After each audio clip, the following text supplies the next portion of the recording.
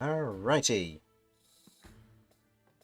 We are live and everyone can hear us. So, welcome to Crabby D&D. I am here with my players. Kat. Hi. Damian. Greetings. Kirv. Hi, sorry, I just put a cookie in my mouth and you started it, took me by surprise. Hi. Mortar. Wait. And Vinny. Hello. We will have a Romulus within the next half an hour. Well, now probably the next 15 minutes to 45 minutes. We don't know what's going on, but we put an embargo on Gravy until he shows up. I apologise to the rest of the world. Blame it on Romulus. So. We always do. Are you all ready? No. Yeah. Yeah. That's a story. I heard a no. Why are you not ready? We've done your level up. We've sorted out your stuff. You're all good. Yeah, it doesn't mean I'm ready. That's entirely fair.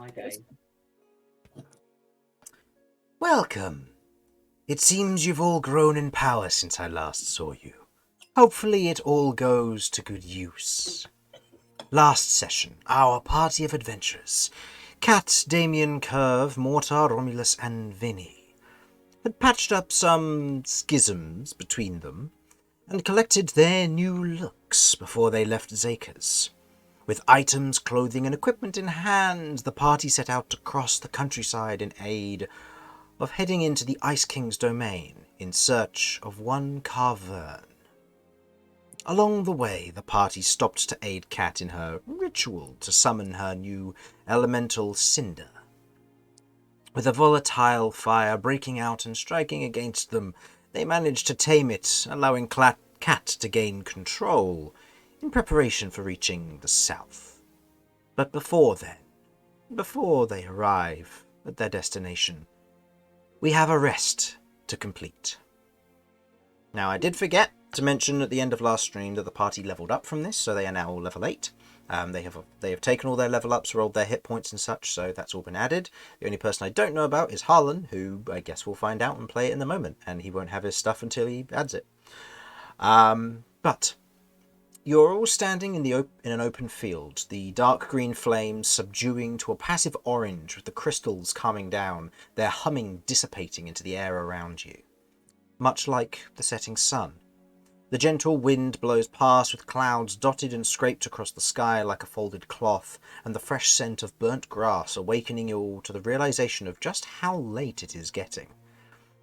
You otherwise, in this moment, kind of take in the surroundings and realize you have about an hour until sundown. What would you like to do? Guess we should probably find somewhere to camp. Did you say the smell of burning grass? We were in a cave, weren't we? No.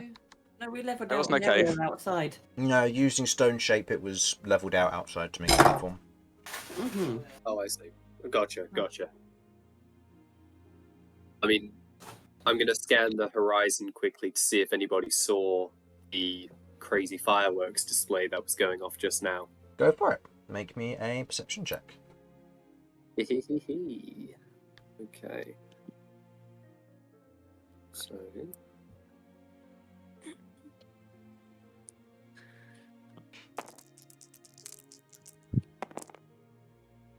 Oh, that's not great. That is 6 plus 7 is 13. 13. Looking out across the horizon, you don't note anyone who may have caught sight or attention. If it has drawn some form of attention, it hasn't got here yet. Okay. Looks like we're clear for now. Okay. Right, well, having leveled up the ground, would this be a good place to get set up? I guess it would make sense. Gotcha. Yeah, it could be. Everybody- It's a wide open area. You can see in pretty much all directions. You've got clear shots where you need it. You can quite happily see that it's just rolling hills and grass around you. No trees for cover, but there's no severe weather from what you can tell on its way. It looks like it's calming down, if anything, getting better. That's tomorrow when I roll for how the day goes. And then we get a tornado. And then a tornado hits. I mean, it's possible. Tornado, 2 earthquakes, I mean- and a tsunami. Yeah, I'm being trusted with the dice Ooh, next days turn work. because it's going clockwise, so brace yourselves. Mm. That's true. So you want to set up camp here? Yeah. Sure. Okay. Are you lighting a fire for tonight and letting Romulus get to cooking? Are you taking a short rest before bed? Or is it straight to sleep and don't worry about preparing any food or anything? Uh, I think while we're in the wild and stuff, we should try to prepare as much food as we can. Make our rations go for as long as they can. yeah. So If I remember I correctly, don't Romulus mind going hunting picked with up somebody. Romulus picked up ingredients, I believe. Yeah, he picked up a ton of rations that he could potentially use, and I also believe he picked up a ton of ingredients. But wading through his character sheet and his inventory is difficult. Yeah. Look, let's just... Hearing excuses. Okay, he has 65 different items in his inventory, and I don't know what half of these are. Nice. Like, That's impressive. That This sounds feels like accurate, going actually. through feels like going through Jamie's storage on any game. yeah, no, it's exactly like that. Pulled out. Damn. It's true, though. I'm sorry, I can't do D&D anymore. I've got to go to the doctors for the sick burn I just received. Nice. But yeah, he has a lot of rations, so yeah. Okay, well, I can see about trying to get some more food from the land and save our rations. I don't have nearly as much as maybe Romulus does, so I'm going to see if I can make it last. If anybody wants to put in an order for what they want me to try to hunt. I can't promise it will have a head though when I return and I show them the sniper rifle that I'm going to be hunting with. I don't think we're going to be eating the head though, so that's okay. Yeah, it's true. It's just, you know.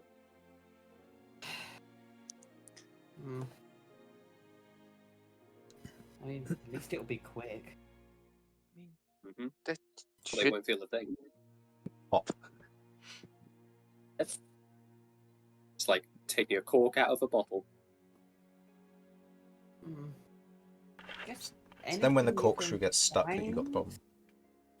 Yeah, As long oh, as it's sure. babies. So long as it doesn't have babies, no problem at all.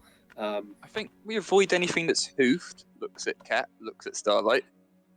Looks at Romulus. Mortar was nowhere on that level at all, and then upon you saying that, he's like, "Yes, of course, gotcha." So Mortar will do his best. If anybody wants to join, Mortar's always open to having someone to watch his back in especially in the wild and stuff like that. You're more than welcome to. If not, I will try to either find some firewood or with some food. Just to, with the 13 perception, just to describe the scenery, you are in the middle of what would effectively be rolling hills. The nearest woodland that was nearby is maybe about an hour's journey back that you otherwise came across when you saw the hunters there, and it's about an hour's till nightfall. You know that there are possibly other woodlands further over the hills, but you can't easily see them. A lot of this seems to be low bushes and just general grassland. Wildflowers all over the place, that sort of thing. Yeah, I'll backtrack because at least it's familiar ground, and also I'm curious to see if it's likely that if those hunters were potentially looking for us for other reasons, they would probably come back this way, and I might be able to spot them and warn the party before they arrive. So that's another thing in Mortar's mind. Okay. So, Right, I'm probably not going to join you, but consider that I'll be here in spirit. I'd like to give a bardic inspiration before you leave. so that'll work for the next When 10 you're- minutes, but I'll allow that to work on the perception check. Is it a D? Oh, okay. D8? Is it? For Bardic? D8 now, yeah. D8. Thank you.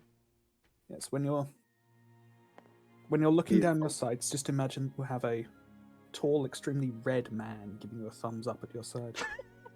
I'm not sure if that's unnerving or comforting, but I will take it as you mean it. I just casually move in any direction, just to make the point that I'm probably not the best person to be sneaking around if you're hunting something, watching your back. Yeah, for sure. For sure. I would, but I really don't want to come with you to kill stuff. You've also probably exerted a lot of energy. That looked like it took it out of you. You doing okay? Yeah. Got a bit of a headache, but I'm alright. Okay. Try to rest up.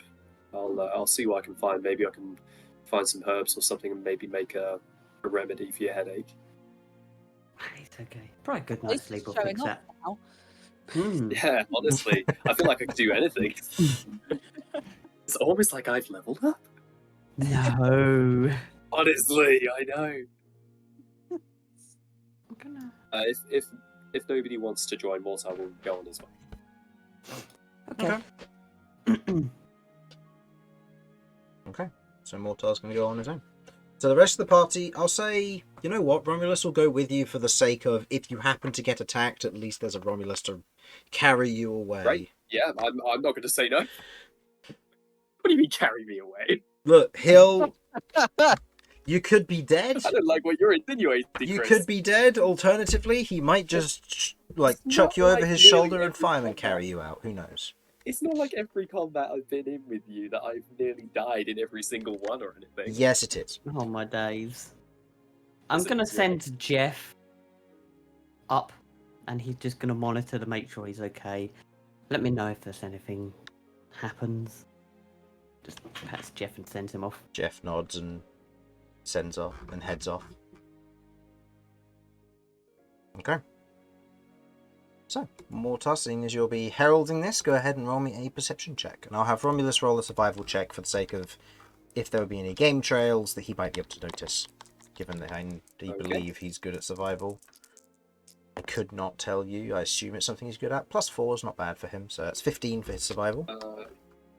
14 plus 7 is dirty 20 for perception. 21, please. 21, sorry. That's all right. Otherwise, looking out across the horizon with Romulus at your back, he points out a few areas where you can see there's a few brooks, possible place to stock up on water, possible location for herbs. You're not too familiar with kind of the open grasslands around here, but you can see kind of off in the distance, like the grasses do move and occasionally an animal does trot out. You do know that this area does seem to have wild horses along with wild pigs. Okay. Horses are a no-no. I mean, Mortar goes, pigs have hooves. More like trotters. Yeah. Yeah. Romulus will look at you and go, I've eaten pig before. Yeah, great. Okay. Are they good? Yes. With a bit of honey and I will- spices, they're wonderful. Oh, spices I'm familiar with. Honey's a new one on me. I guess I'll line up my shot. I'll find a suitable position and I'll line up my shot and try to make it as painless as I can. Okay. Go ahead and roll me an attack roll. Do you have the sharpshooter feat?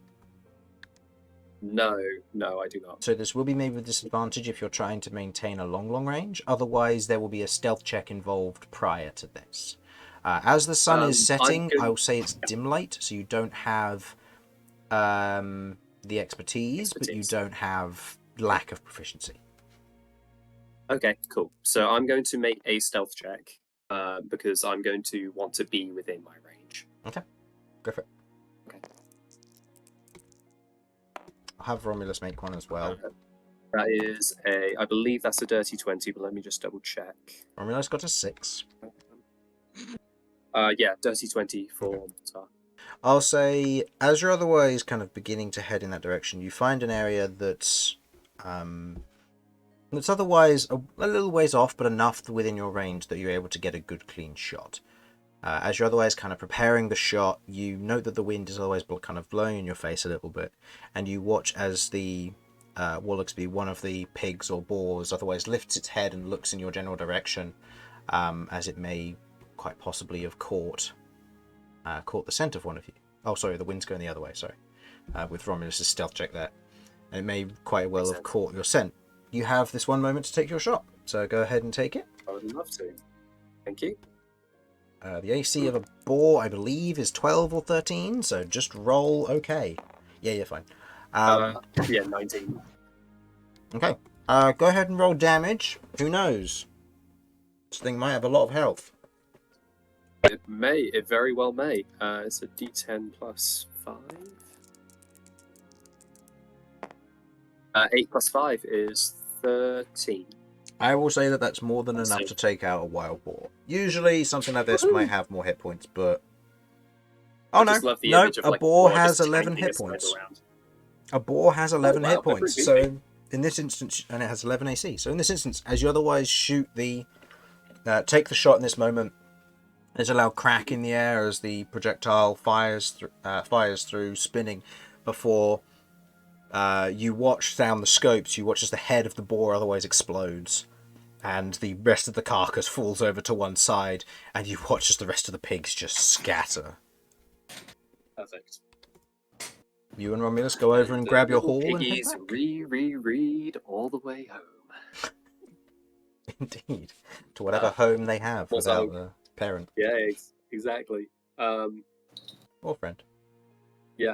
Guess Mortar is gonna look to Romulus and go, I think I think this is you, like indicating you to pick it up, kind of thing. He otherwise I just called Romulus a pig. he otherwise nods and otherwise jogs down the hill, grabs we're it, friends now.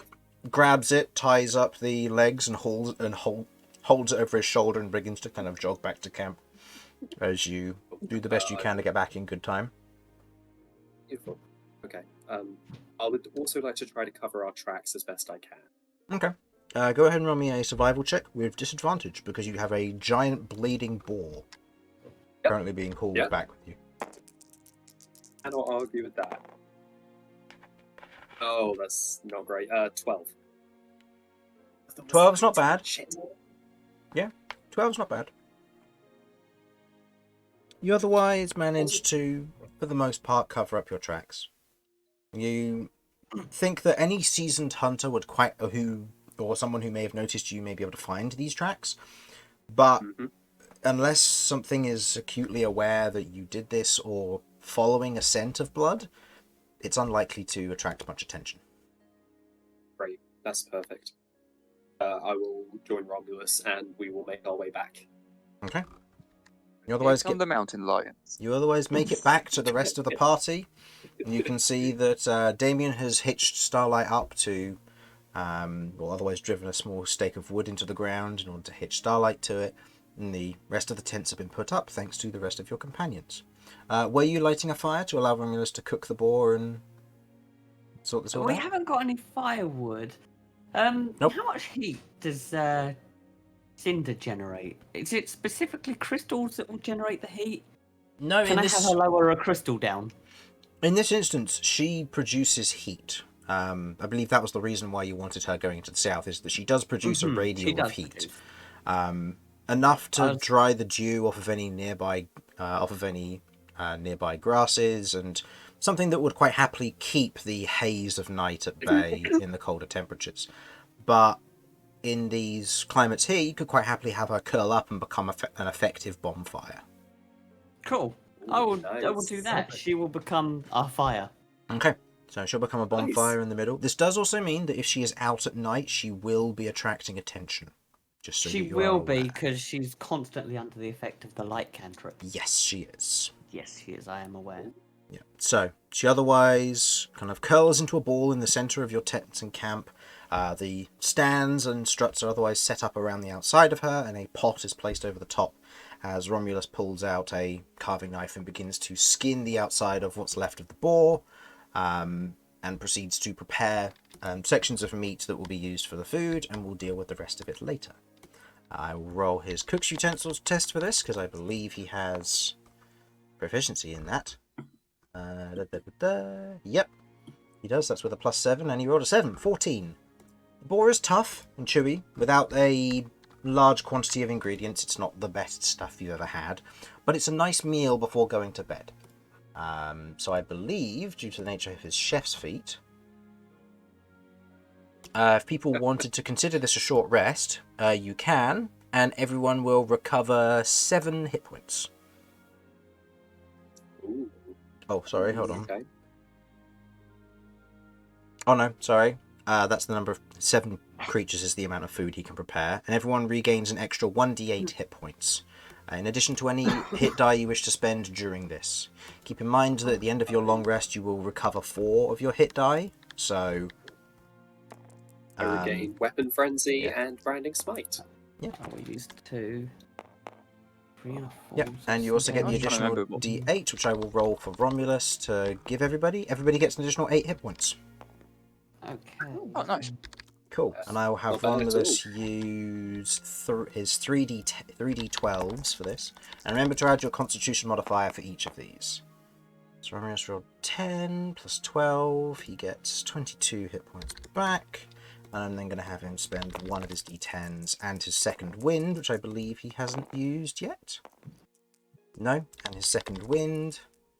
So his second wind gets him 11 hit points, putting him back at that, and that 10 puts him at a nice cool 90 that he is now back on.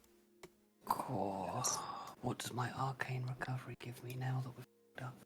Should Sorry, I got Really? a little bit lost on. are you missing any hit points?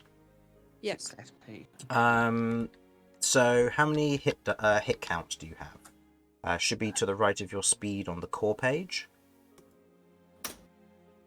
Just above your health, to the right of it.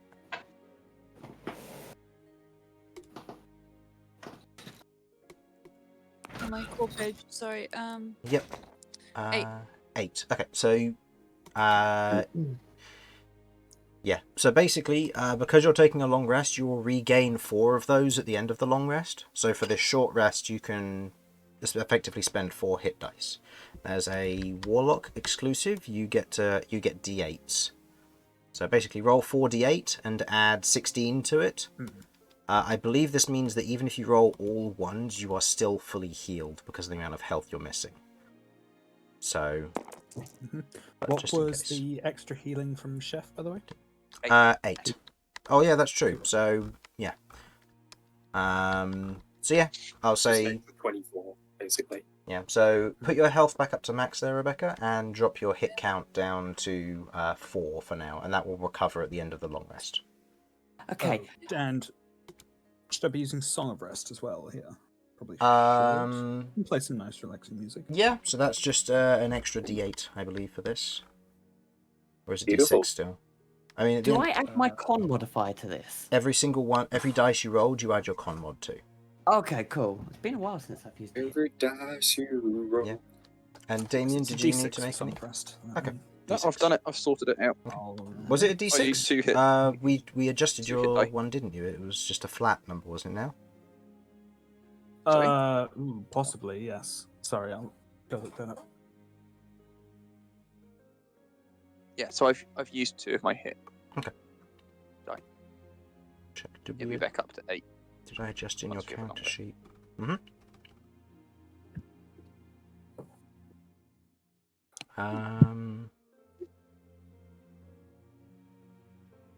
Okay, we didn't make the adjustments to that in your count sheet. If I remember correctly, it's everybody would gain additional hit points equal to your proficiency modifier, your proficiency bonus plus your charisma modifier.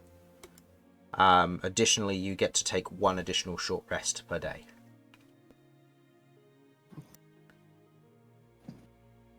I believe that's correct. I'm just going to check if I made a note of it somewhere else. That's right.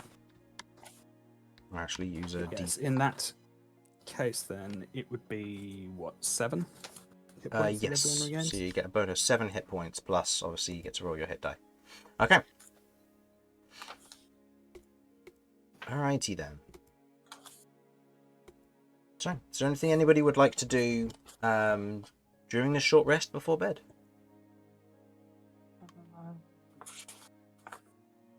I'd like to probably meditate with my piece of peridot again. Okay.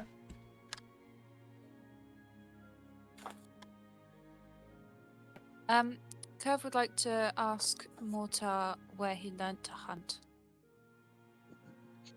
Oh, Okay.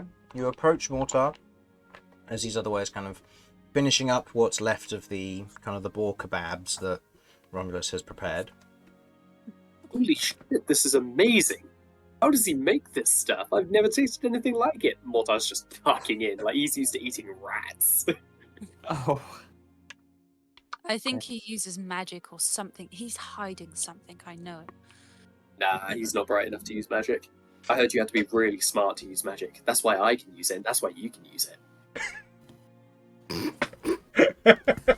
Because we're so smart. Yes. I think you're onto something there. I feel like I am. I really feel like I am. What a wild day. Holy crap. You did a good job on that boar.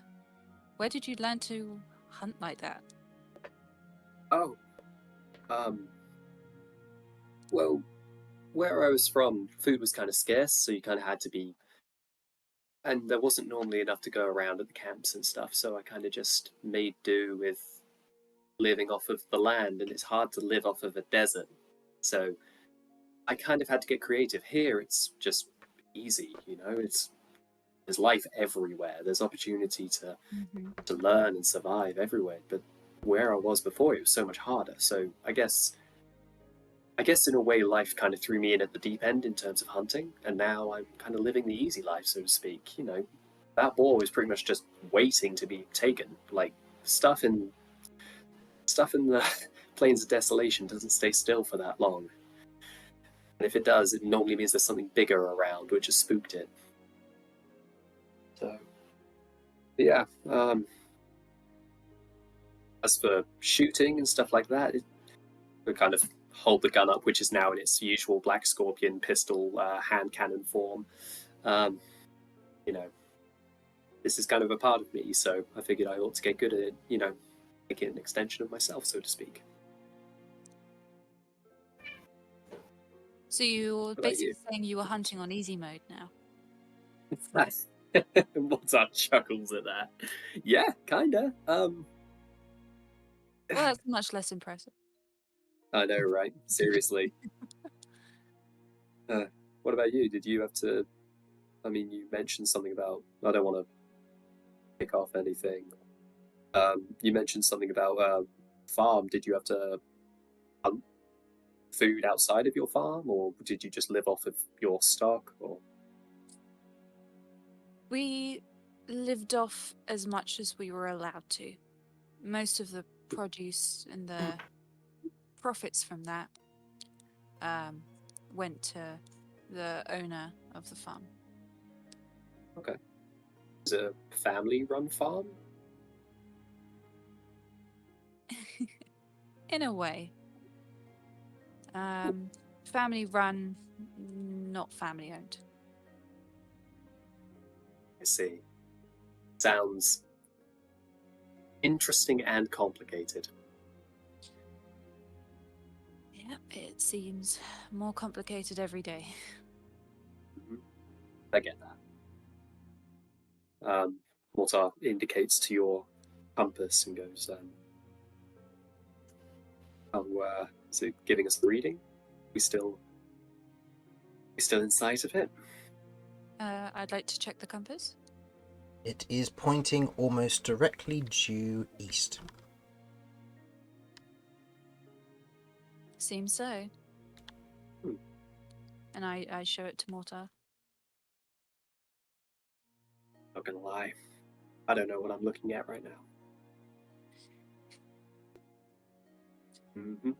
But it sure looks impressive. I think you're quite easily impressed. Okay, alright. Mortar kind of playfully just punches her on the shoulder and goes, look, this isn't something I'm used to, okay? Like, get off my back. Did you just punch me? Yeah, I did. Could I get a charisma check actually on that one? What, from me? Yeah. Okay. Of course you can. Are you setting the DC? Chris, do you know? I'm not sure what to do in this scenario. It would be So what would the intention be here? Persuasion, deception, intimidation, performance? I guess persuasion that he's not just Yeah, I guess. being an asshole. Okay, so persuasion then, and the DC. Legitimately trying to be friendly. The DC you can set. Okay. Alternatively, you can roll an insight check versus it, and if and I'll say that so long as, because it's a player versus player in this instance, Yeah. if you roll within 5 of each other, result-wise, then I'll say that you understand. Roll within 10 and it will be more difficult. Roll anything beyond that and you don't get the message across correctly. I will also say that, just a point, I'm not doing damage or anything. No. So I just got throwing you. that out there as well. Okay, here we go. So Come on, insight big check money. is that? That's good. That's like a 21. This is true. This is 21, but it requires Rebecca to make an insight check. So Rebecca, if you get anything lower than 11, then you do not understand what Mortar is doing. Oh, that's a boy. 16. Plus Oh. or minus. Be a plus. Please be a plus. If it's a minus Please be a 5, plus. then there's something I was gone gonna very say, wrong. If 18. we are a warlock with a minus 18. charisma, we have a problem. Okay. No, it was insight on her part, but yeah. So that's wisdom. Oh, Wisdom, oh. yeah. So in this instance, you are within 5 of one another. So I'll say the message comes across as, Kirv, you understand that he was doing this as a playful gesture among friends. A punch of, oh, I acknowledge that, you're having me on, that usual thing. But that's about it. You catch on to what it means, or implies. She smiles. She blushes and then she walks away. Okay. Also kind of nods and goes to himself, like, after Kirv's kind of midway, he goes, "Good talk." Okay. Anything else anyone would like to do before bed? Obviously, you were meditating with the peridot or peridot. Yes. Okay. What are you attempting to glean from this, or just a moment to calm yourself? Well, if memory serves, going back a long time, it was suggested that I kind of meditate with it to try and get better attuned to it for my Yeah. like studying geomancy. Yeah. That's kind of what I'm doing. Okay. Given that probably the last however many weeks Damian's been around, he really hasn't been in the mindset to do it. No, that makes sense. Yeah. Go ahead and make me just go ahead and roll me a general wisdom check here.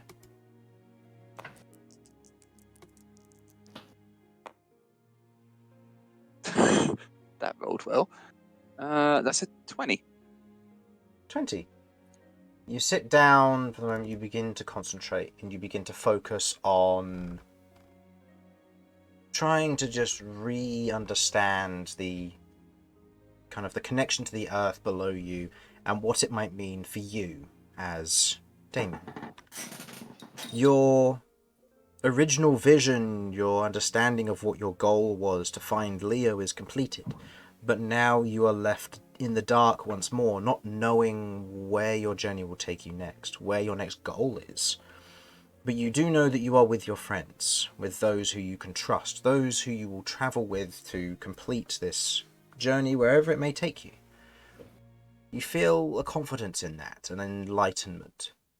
And I will add another geomancy spell to your character sheet for you to possibly prepare should you wish.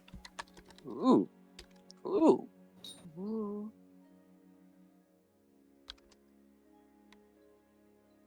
Okay. But yeah, I will add that to your character sheet now, and Yeah. then you'll understand what it does from there. Okay. But you The other feel one that I had was illumination. Yes. yes, illumination's in there, yeah. I was trying to remember what it was. That makes sense. Yeah. Okay. Ooh, whoops. And, Okay. Anything anybody else would like to do during? I'm During gonna a short sit rest. next to Cinder and just see if I can work a little bit more on my spell. Okay. just like an hour, then get ready for bed. Okay. We would just like to keep watch. Just aware that there's a campfire there and just keeping an eye. So that should all be added to your cat sheet now, Damian. So you can see what it does. If you remember correctly, the Plague Knights used this spell. I believe the Plague Knight captain who went with you used this, and it's a very useful one because of what it does.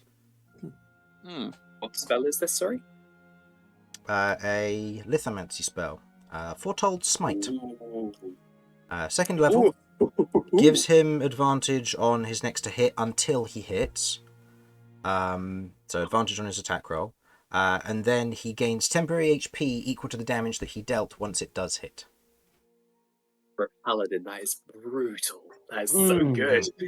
I love that. Yeah, if it ends up hitting a crit and then you smite on top of it, that it tanks you up and it makes you super strong. But it's a second level that does nothing else other than give you advantage. So in theory, you look at it and you go, it doesn't do that much. But in reality, if you get lucky, it does a lot. And if you don't, it just does enough. So there's a give and a take to it, essentially. Yeah, perfect. Yeah. So yeah, and that's the next. So that's been added, and you may. And I'll say that due to the nature of the short rest, I'll allow you to prepare it, given you can have an extra prepared spell today if you want to prepare that now, and in case anything should happen during the night. So, I believe Mortar, you were keeping watch. Kat, did you say you were doing anything? I was gonna do an hour on my spell. Okay. You're doing an hour to work on your spell. Okay. 4 Vinny is hours. just playing music as we all settle down. Okay. So, okay. So as we move into sleep, what watches are we working on? I'm happy to go on the first one if Mortar, maybe? Oh, okay. Mortar? Yeah, absolutely, by all means. Mortar and Damian on first watch. Romulus will take whichever. Romulus will take last watch so we can prepare breakfast. Oh, man. I don't mind taking a watch, second or third, either way. Yes, I'm happy to take one as well. I can take one by myself or double up with someone. But you know what? I'll take third watch. You'll take third watch, okay. And then Cat and Kirv, did you want to take second watch together? Why not? Yeah, sure. Okay. Awesome. So, what is Cinder going to be doing during the night? As I'm going to bed, because it's 8 hours recharge on that, I'm going to walk up to Cinder. Mm-hmm. I'm gonna say, "Right, time to go to bed now. But I'll see you in the morning." And I'm gonna gesture the crystal to Cinder, and take her back in. And I'm gonna pull Terrador back out. Okay. Swapping them out. Where's Terrador? Down there. There he is. Okay. Speaking of which, I actually need to add Terrador's name to his tile. There we go. Okay, so Terrador will be submersed in the earth just outside of the camp. Okay. So, with that, we begin first watch. Damian and Mortar, go ahead and roll me your perception checks individually here. Obviously, Mortar, you have advantage on these. Damian, do you have dark vision? No. So you... actually, you would get a regular roll here. And I'll explain why when I describe the scene in a moment. Okay. Ooh. That is an 18 plus... I think it's plus 7. Okay, so 25 for you. 25. And Damian? Section. Yep. 19. 19. Oh, hell yes. So, as the two of you are otherwise keeping watch, otherwise sat down, just looking off in the general directions as the rest of the party begins to kind of settle in for rest and sleep, Terrador otherwise resting just outside the camp, the clouds begin to part. Nicer weather is on the way. And you know why. Damian and Mortar, you've both lived through many moons. And as you otherwise look up, you can see that the twin full moon is coming to its apex within the next few or couple days, perhaps. You can begin to see the flowing magic as it otherwise creates an aurora across the sky, faint but present. you can see there are colours, pops in magic, and the bright illumination of the moons in their bright green and bright white colorations cascading down across the landscape, giving you a full view and vision this night. You feel confident that you are safe during this watch. Is there anything you wish to discuss during this watch?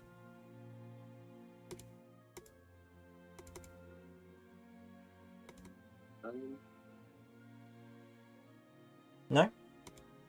I'm not really sure. I'm trying to think.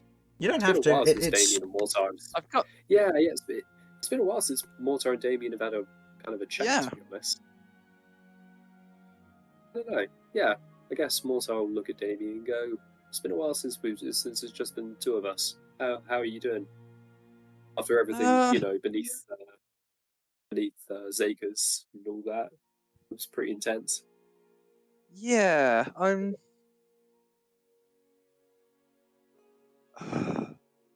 honestly thought that I'd finished my task, that I was done.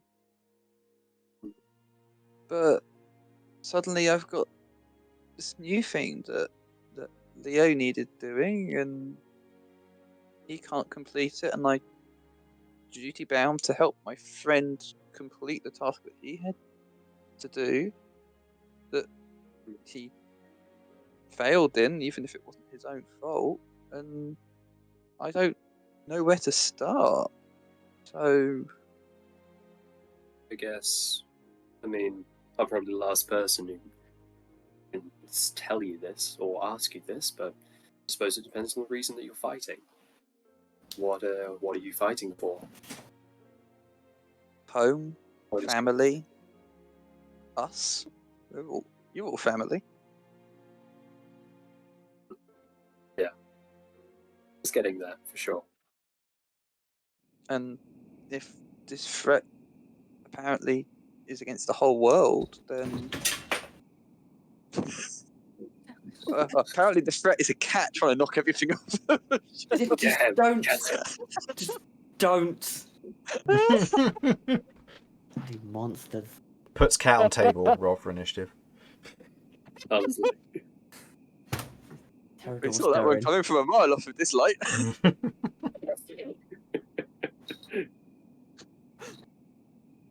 If this is a threat against the whole world, it's my oaths to protect. So it's my duty as well as just wanting to shelter. I suppose the important thing is that it's not that you are just doing this out of the purpose of your own oath. You're doing it for yourself as well. Oh, definitely. Yeah. But It's admirable. it's thank you. It's what us knights are trained to do, but I guess I don't think you give yourself enough credit. no. Knights are. Funny enough, you're actually the first knight. Well, no, actually, that's a lie. There was a captain in an alleyway who did this awesome thing with a shield where he ricocheted magic back at someone. It was awesome. But from what I gathered, knights can be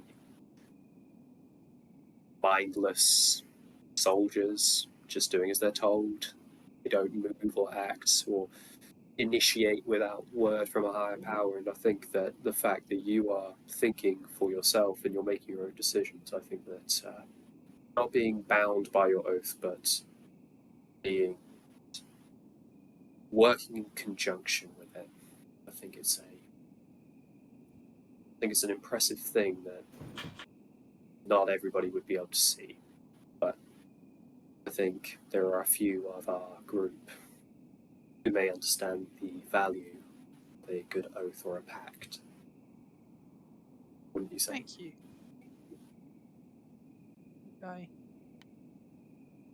It's taxing. It's taxing even without the oaths. It's not been an easy few months. We'll get there. It's just time, isn't it? Yeah. And I do look forward to going home, but as much as I've got one family there, I feel that I must help all of this other course. adopted family here. Yeah. And that includes you now, Mortar.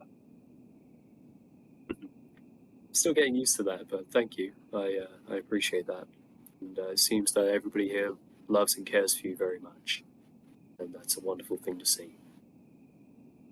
Well, you're certainly earning your place amongst us. That's good. I'm trying. I'm trying. No denying hard. on that. That's a good double meaning word. Uh, No, seriously. Yeah. Oh, I'm aware. You're really not that clever. I'm aware. No. Joking aside, it's tough. Like, I'm like trying to rewire my brain. It's like trying to learn a foreign language. When you're in a land where they don't speak your native tongue. It's like even common decency. I don't know anything about. So I'm literally picking this up from you guys, and from what I gather, you're a bit of a mixed bag when it comes down to morality, which is very, very entertaining. That's one way of putting it. Yeah. But at the same time, it's diverse, and I like a bit of diversity. I don't think definitely. people should be. Yeah, I don't think people should be the same. We're all built different, and we all have our own goals. Just about how we go about achieving them. Yeah, you're Anyway. right. I've certainly learnt a good amount from these guys, being very different to what I'm used to back in Falloon. Yeah, I can imagine. Some rules. I can imagine a lot bent. of nights. Yeah, I was going to say, I can imagine a lot of nights are very hell-bent on the rules, Yeah. So the fact that you're more open to being flexible with them when the time arrives is good. It's what we need. Well, I feel like it's a bit soon for me to be saying what the party needs. I've only just joined. Yeah. Opinions. You know what I mean. Opinions are sometimes better left unvoiced, sometimes better left voiced. So there may be harm in voicing them, but that's the risk you take, and it's worth doing it. Because sometimes what you think once you said it might have been the wrong thing to say, it can actually be of help to people. So, Absolutely. and Yeah. I think it's a fairly forgiving lot, these guys. Mostly. Yeah, I agree with that. You absorbed Leo's beads. What happened there exactly? I mean, I note that your firearm's a bit different, but is it safe? Is it all good? So I ponders this for a minute, going to the dream that he had when he was alone in the alley, and he thinks about what happened in that. The fact that he had never seen it in such vivid detail as he did that night, and he goes, I don't know. And it's a bit troubling. I'm at a loss of where to be at the minute in terms of I feel I did the right thing at that time by relieving Kat of that burden, but I don't know. It's while the new guns, the new powers, they're helpful and they make me an asset to the party to a certain degree. I feel the storm is coming. And on that storm, petals of red.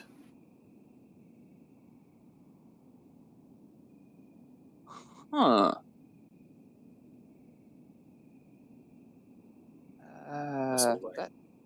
Sounds That's all I have vaguely for now. familiar. It does. I think. Mortar turns, like he's been sitting side on, kind of sat next to you, and he turns his full attention to you and goes, "You think you've heard something like that before?"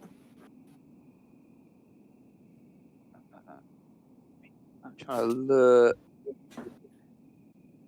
back.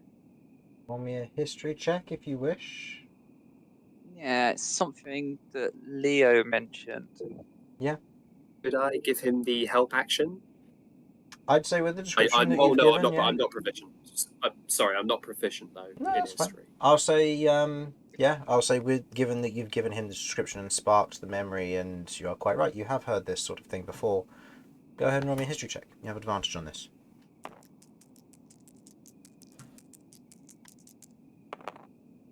Oh wow! How'd you do? 10. Unfortunate. Oof. You think back, and in the moment, you're almost trying to scrape your brain for the details. You know it's there. You've heard it before. It was said by Leo. Not just that, there were other details. Details from before. You just can't think why.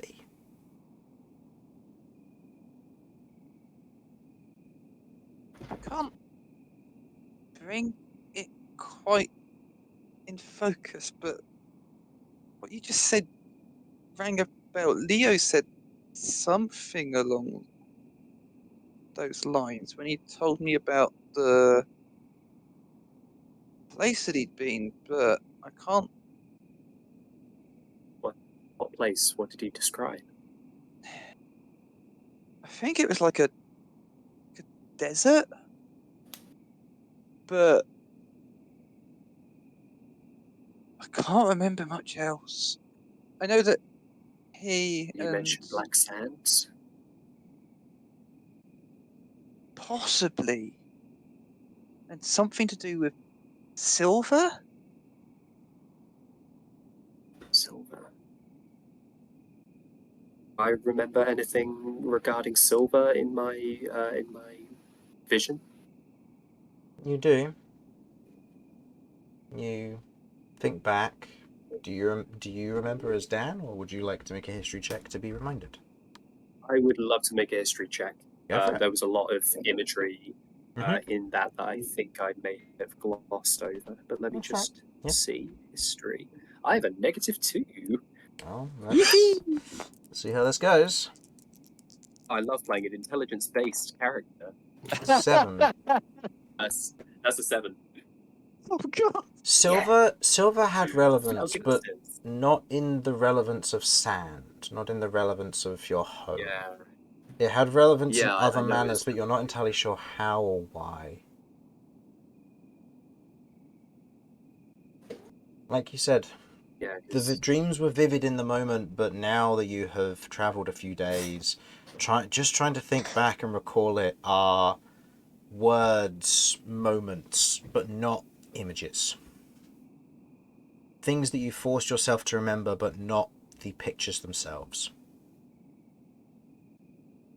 I think Mortar makes a silent promise to himself that he's going to try to relive that dream and try to coax it again tonight when he sleeps. He's going to try, but he knows that's not how dreams he's going to try, because his powers are based in the psionic. You know, maybe he can mess with his own mind a little bit and make himself relive it. So that thought crosses his mind for a moment before he goes, well, this world is full of coincidences, I guess. It's surprising that you've come across the same thing that Leo physically came across before he had to flee and came back to Paloon and did all the deeds that Seems like led me on this. something. I get the feeling that we're going to be trying to unpack this mystery for a long while. So trying to solve it in one night, I don't think we're going to get very far. No, Still, but food for thought. we have something that we can work together on more than just making sure that our friends get where they need to go. Mortar will look back at the party, this new group of friends that he's made, and he smiles to himself and goes, "Yeah, I agree with that." I reach out a gauntleted hand to Mortar and say, I look forward to continuing on this journey with you. Mortar takes gauntleted hand, shakes it, says, "Likewise. This is the most exciting thing I've done since the side of the continent."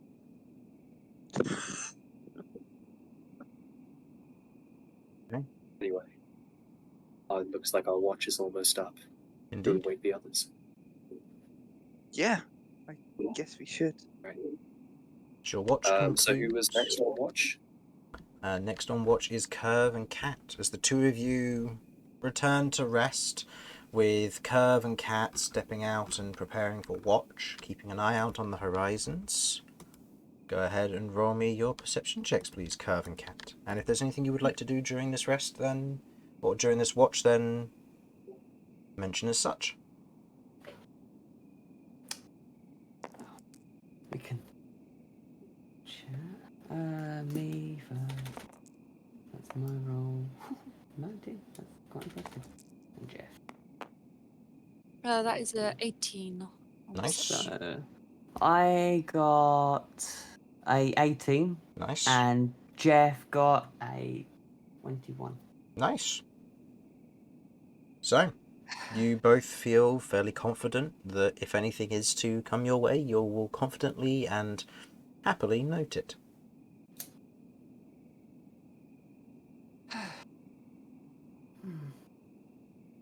Wow, been a journey so far. Can't complain. How are you? Must every creature you make be so aggressive? Yeah, Tula wasn't, and neither was Jeff. Tula is incredibly violent water cannon. There's been no aggression, just soap in someone's eyes. I mean, that is rough. Yeah, well, look, I needed to win. But so I don't have control over them when I first summon them, but they're a massive asset to keeping everyone safe. So I guess it's a trade-off. I don't like it. I don't understand why this happens either. But Would you say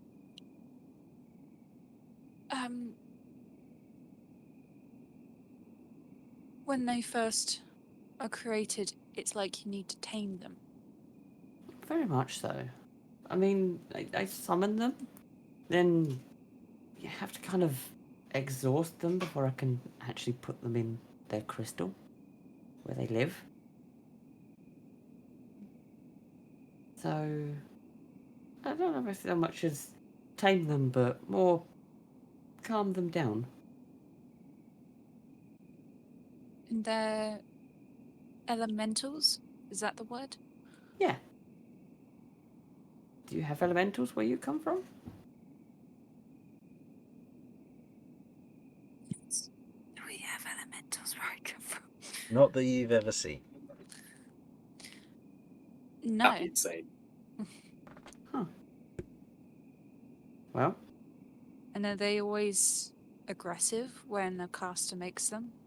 Or is it just Okay. you? so some elementals I can summon. You know, the air elemental I summoned above Cinder when we were fighting. Is that what that was? Yes, that was an air elemental. He wasn't aggressive. I think it's the way this spell's designed. Normally an elemental will only last for a very short period of time. But they stay. They stay for as long as I need them to stay. So I guess there's probably another layer of complexity to them having to permanently stay here.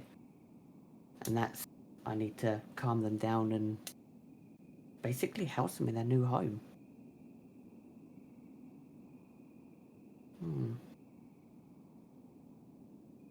And the power isn't anything to do with nice sort of point at Cat's hand. I know it's definitely playing an effect. I'm gonna go over to Terador and gesture to the faint cracking on him. Yeah, it's got some influence, but I don't know what influence it has. Whether that's this whole first summon or I don't know. I don't know what control it has. I don't know what control it has over me. Jeff has it as well. No, I don't know. Tula doesn't. There's nothing Tula has. Can I ask you Strange. something? Yeah. If there was a way to transfer her to someone else, would you want that to happen? Her? Wait, what? Tula? No. Sidechain, yeah. No. She's my friend.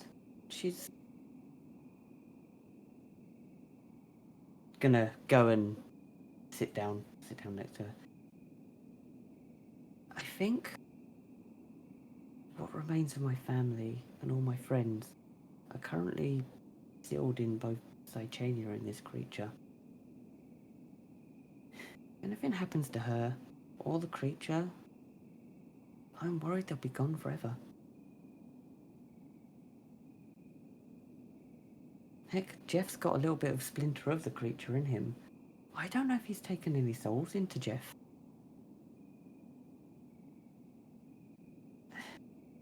I worry. But I need to protect both of these. Okay, the creature is not a very friendly creature, from what I know. It does like to kill, but it's... I don't know, I just feel it's slightly misunderstood. I mean, say I lived on my own forever, was shunned by everyone, hated by everyone. I wouldn't be very friendly to people either. I can't say it's his fault, or its fault. I want to get to know him, you know. Just, if he wants a friend, offer that chance. Maybe it's never had the chance. I'm gonna put a little bit of the remains of the food into the mouth hand. Okay. I often wonder if he gets hungry. The food disappears.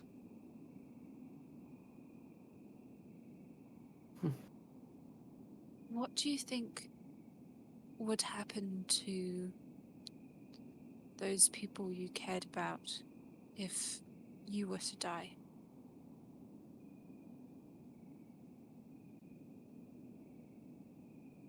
I don't know. The thing is, this thing existed before I existed. Sidechania existed well before I existed. This creature had a beef with a god. I mean, that god doesn't exist anymore. I don't know if it's via this creature or another means, but there's so many questions that I just don't know the answers to. So I don't know what happened. Some of these spirits are very strong, very old. So I guess I'll just continue to reside within the creature.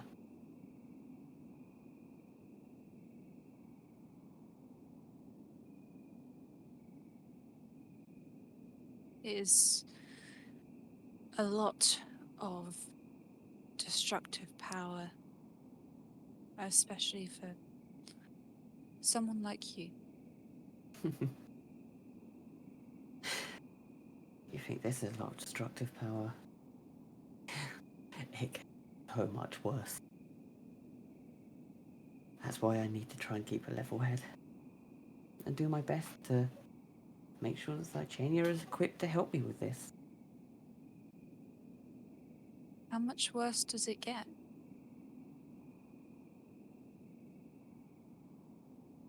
As Titania lights up, as she is going to cast Calm Emotion. I And was going to say she will cast Calm Emotion as Cat goes eerily quiet for this moment. I can't. And she's going to wander off to a rock. Just some rock that's exposed. And I am going to cast Stone Shape and make 2 figures. One of Cat's mum, one of Cat's dad. Oh, man. Oh, right in the fields. Yeah, for sure, dude. Oh, my word. Man. I walk over and I look at the 2 figures. Rocks. Yeah. Yeah. You've got to help Kirv out with this one. She's Yeah, I know.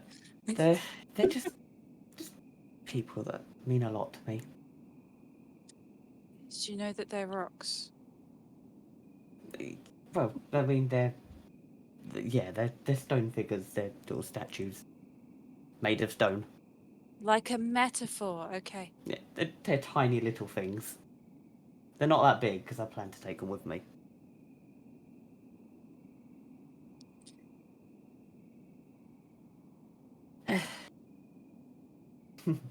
She wipes away a tear. Well,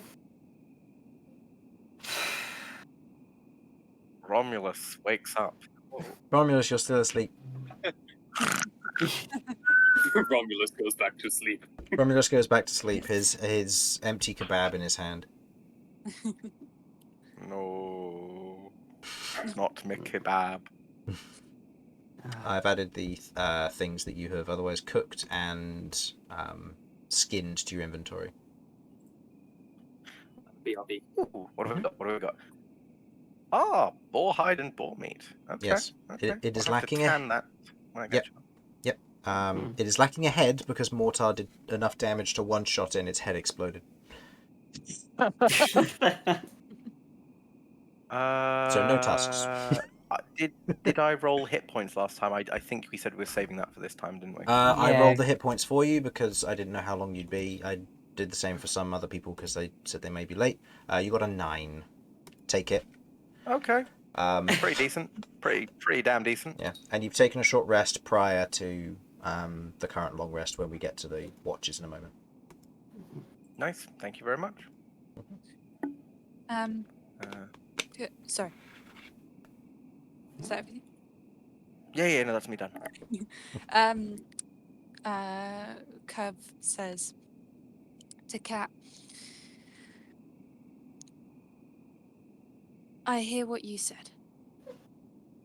But if you ever feel, even temporarily, and even if there was a way to share the burden of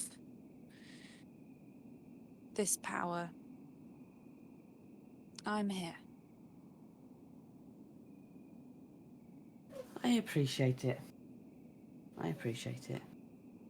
But it's a journey. It's a journey that I don't expect is going to be quick. Besides, I have more pressing matters. I have family that are still alive that very soon I need to meet. That's not going to be good. Family's always complicated. Yeah. Isn't it just? But same with you. you ever need someone to talk to, I'm here, and I'll try and help where I can.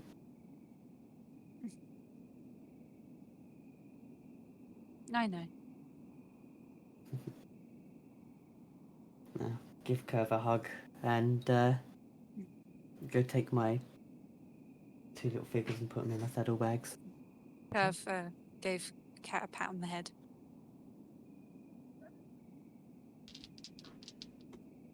Okay. Which one of you two would like to roll for the nighttime encounter? Oh, Oh, yes. I'm feeling it. I'll do it. Okay. Go ahead and roll. Cool. Go ahead and Oh, roll me 2d12. We'll see if anything comes don't- up. I 2D. don't Come want on. the pressure. Give us Yep, violence. the other one too. Give us violence. We'll have to see. That's a 19. 19. Damn. I don't think we'll have fun. I think we're generous today. Okay. Mortar stows his gun back, goes back to sleep. Roll me a d6. Oh. Me? Yes, How many please. dragons are breathing? That's a D6 of generosity. Yeah. Oh. We 6. get bonus health, 6. please. The two of you, otherwise kind of keeping watch. There's a moment as you otherwise look out across the horizon in this moment, and you see kind of this large form kind of wandering across the plains. You can see these bright kind of orange and green sections of the creature as it wanders through. Large shoulder blades to it, quadrupedal in some form. Think similar to that of a tiger, but you can see that there are a series of these massive antlers that otherwise pull from the top of the creature's head, and you can see along its back are these large wings to either side and a long tail that is otherwise coated in spikes. As the creature otherwise stops nearby, it looks up and towards you. And the two of you almost like prepare for if it does something before it turns its head and continues on in a different direction.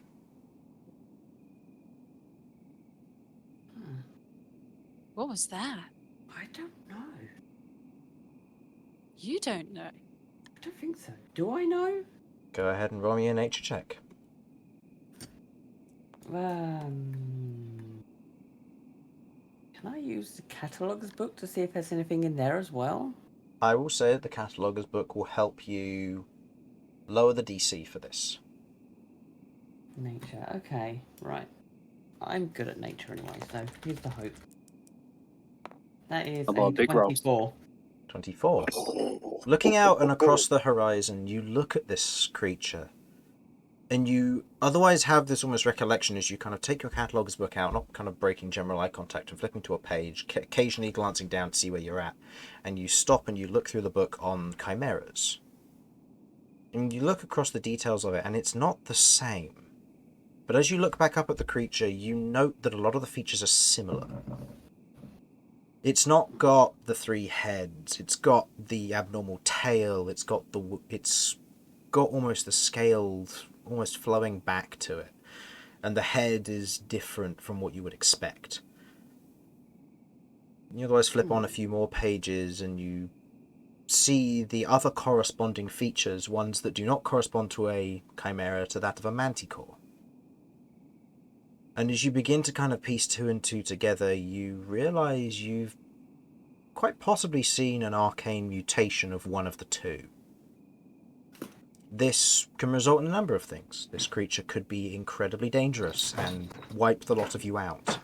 Or it could be weaker than one of you lot, and you could probably take it one-on-one. You're unsure, but the creature itself is a unique sighting. You take pride in that information, and this close to the double full moon means that arcane mutations are much more likely. And given this sighting, it's quite possible this will be one-of-a-kind creature that may only exist for a number of years before dying of old age, being hunted, or otherwise. But if it finds a place and a niche to live, finding itself possibly at the top of the food chain, it could procreate and become an entirely new species. Let's send Mortar after it. Let's not. If this The is which bit? For the procreation? Oh no. oh no. So, that's a For breakfast. mutation. For breakfast. Fascinating. It's a unique sighting, Well, but the creature has no interest in your party. Has no interest in any of you, it would seem, for one reason or another. The antlers may suggest it's a herbivore, while the rest of it is used for defense. Alternatively, it could be hunting something, and it's disinterested in a different kind of prey. Wow. Okay. Should definitely keep an eye out for it, though. Because that could be very strong. Or it could be weak. Either way, quite unique sighting. We'll let the next watch know. I guess we should probably go wake them up. Okay. Romus's snoring is getting very loud anyway, so it might attract it, so should probably definitely wake him up first. Okay. Handing over the watch to the next group. Romulus and Vinny, you take on the watch. The night is bright, and with the early morning sun beginning to peek in, the double full moons remain visible, and they will do throughout the day, no doubt, as the full moon is rising. With your information and what you know and how long it was until you set out for the full moon, you've got about 2 days until that event transpires, which means that for today, everyone who casts magic has wild magic. Oh, cool! I wonder what that's. Oh, What my word. That Don't worry. doesn't affect you, Cat. Only on the day do we double the DC. Oh, come on! Oh, let's not. So Romulus's magic is going to be so powerful. Yeah, Romulus's rune magic on a natural 1 will trigger wild magic. I actually didn't even Wild. realize Romulus had rune magic. No, he doesn't Wild have magic rune for magic, everyone. but he has an event that's magic-like. Runes from his fighter count as magic-like, so they do trigger. Oh, you're rune knight. Yeah, that's right. Rut-row. Welcome to the party. Romulus redirects attack as a reaction, turns into a potted plant. No! No. Might save Cat the trouble of fireballing me. Yeah. Very true. Maybe tomorrow is not the best day to debut Liam's tiny hut.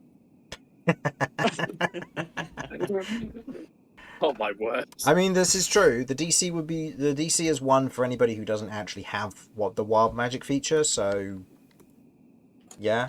But for Cat, it's still Unlikely scales. to fireball. It's unlikely to fireball, but you know, Liam's tiny hut, everybody get inside, and then a moment later, thermo detonation probably white wouldn't flash. help you out. Just white flash in a crater. Yep. And then there's just a black sphere on the inside. Yeah, we're like It's just like from like massive volcanic eruptions where it's just like shadows just left on the ground where people once were. we're just Just a all, like, Pompeii level knackered event. in the crater.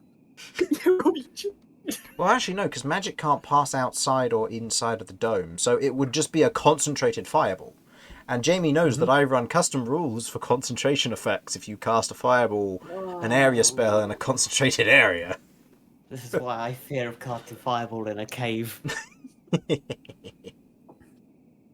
Cast it down a narrow hallway, that's going to be coming back towards you. Makes sense. Anyway, Okay. so Romulus and Vinny, go ahead. You are informed of the creature that has otherwise wandered past, a possible mutation to note down for the catalogus tomorrow that will be Cat's duty, but outside of that, go ahead and make your rolls for your watches, which are loading in now. that's right, which are just flat rolls. You do not have any disadvantage because it is full moon. And then if there's anything you wish to discuss during your short rest, you can. Or during your watch, sorry. Vinny, it's been a bit since we were on watch together. Yeah, I guess it has. How are you doing? I know that the last big adventure was a bit rough on you.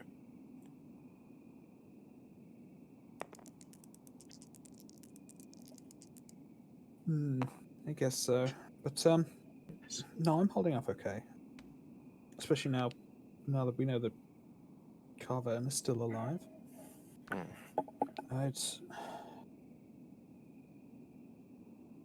Well, she said in her message that it was dangerous and we shouldn't go, so I have to admit I'm a little bit worried, but I have to have faith that she'll be okay. She's pretty tough. A lot of the time when we end up dealing with the people we care about being in difficult situations, being away from us when we're unable to help, we have to hope and trust. I'm certain that if this person holds your high esteem, then they will certainly be able to hold their own. Now,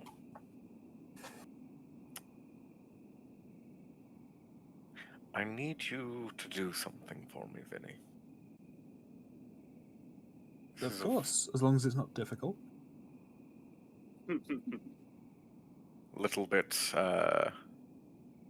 really, look, that hurts. That hurts a little bit. I'm just joking. Whatever it is you need. Pretty silly. I was wondering if you could, maybe help me with something. I don't want to ask directly, because I feel like that might give the game away. I don't suppose you could find out when Kat's birthday is, could you? Aww. That's adorable. It never came up, and I'm hoping that I can get something planned, and I need to know how much time I have left. A subterfuge mission, you say?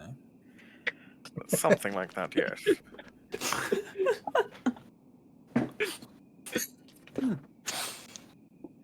Okay, I'll see what I can do. I do kind of owe you all for coming with me on this. I did almost get murdered, so,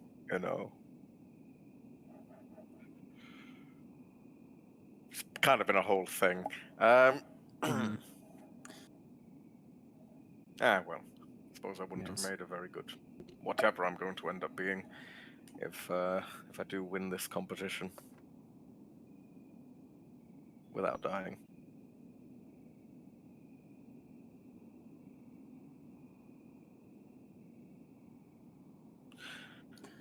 What are your thoughts on this Mortar fellow?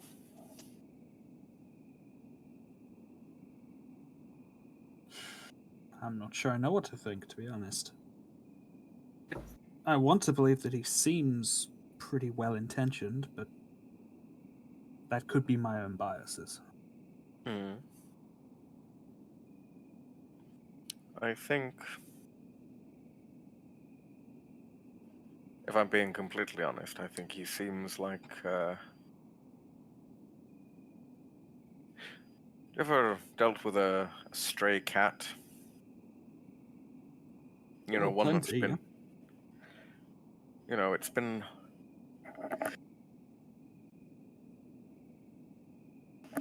It's been...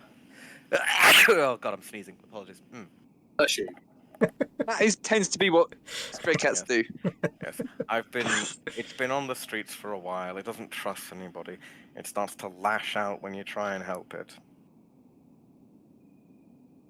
He gives me that same sort of sense of someone that's not used to people just being nice. And as such, that's why he's, acerbic and a little bit annoying and tries to murder innocent women and children. You know. There's one time. And we're going to harp on about it forever, you sleeping bastard.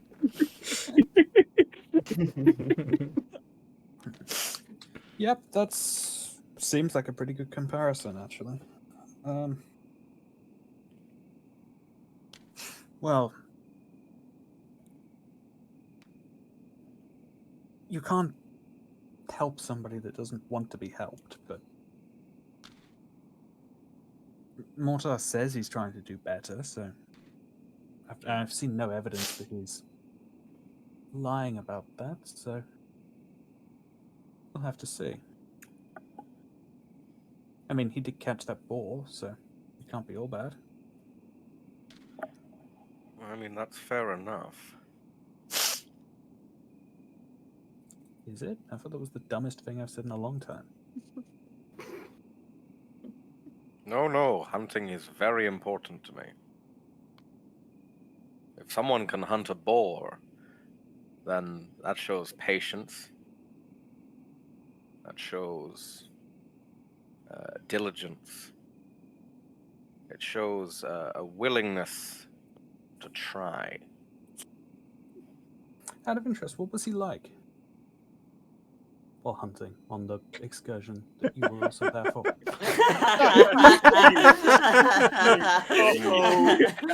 Yeah, Romulus, what was he like on it? You were there after all. You know, he was an absolute dickhead the entire time. But, you know, as I said, whatever... you know, I'll take what I can get. It's a good mindset to have in a group like this. Yes, I found that. What do you mean a group like this? What Yeah, I about was that gonna say, hold on a minute. person? What are your Vinny's direct thoughts about Kirv? Everyone at this point is just awake and we're just listening to this. We just sound like, yes, go on. No pressure. Mm, No, but seriously, I don't how know, was Mortar on the hunt? I genuinely have no idea. Mortar was good. He rolled very well for hunting down, finding the boar, chose the right kind of prey. Yeah, You were my survival buddy. I was kind of deceiving and trying to figure out. You were assisting me with basically the locations and everything like that. So Yeah. in a way, I was learning a lot from you as well. Yeah, Mortar did And we more kind of worked together. the killing and spotting. You did more of the finding the correct location to find a viable animal or beast that might be about at that time. Understood. Didn't shoot the horse. Also Good, true. Good. Didn't go after the wild horse, went after the boar instead. Very good. I mean, only you two go after wild horses.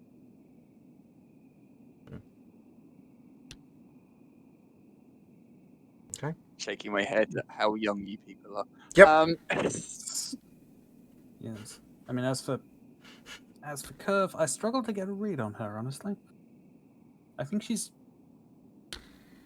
at least sometimes acting tougher than she really is, but How dare definitely you? not always. You're fast asleep. How dare you? I'm saying that in her sleep. Kirv is... Just like me. How to put it? Kirv is, in my opinion, someone that, again, comes from a strange situation and doesn't necessarily have the context to really...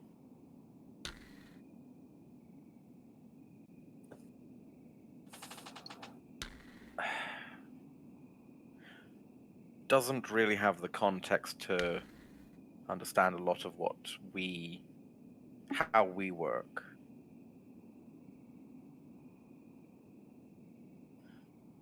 Kirv,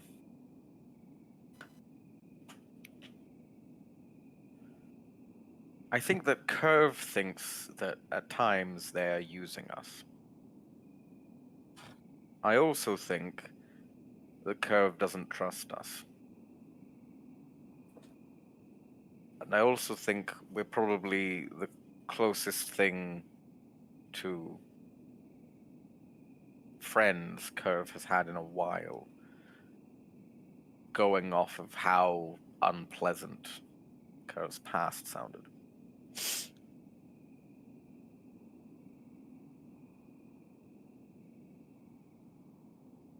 I think Kirv needs to let some things out and doesn't really know how. That's the thoughts I'm getting.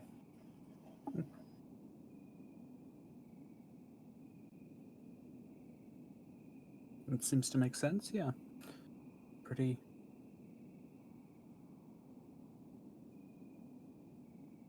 It's a pretty thoughtful assessment. Hmm. Now, for the real gossip, what about this cat person? Oh boy. Okay. Fireball. See, I know you're joking, but genuinely, I came across Cat being attacked by a giant rat, multiple rats actually, I think, Mm-hmm. and I saved, well, maybe not her life, but certainly her well-being. And seeing as she was a child alone in a ruin, how could I not look after her? Adopt her, yeah. It got to a point where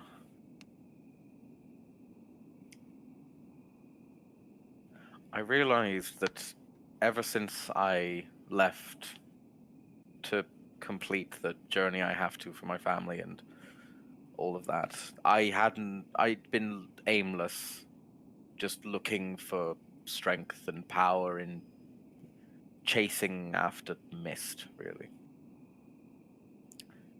I didn't have anything making me do it, I just did it because I didn't have any other option. I didn't have anything else to do. I don't think that was half as effective as being with Kat and being with all of you.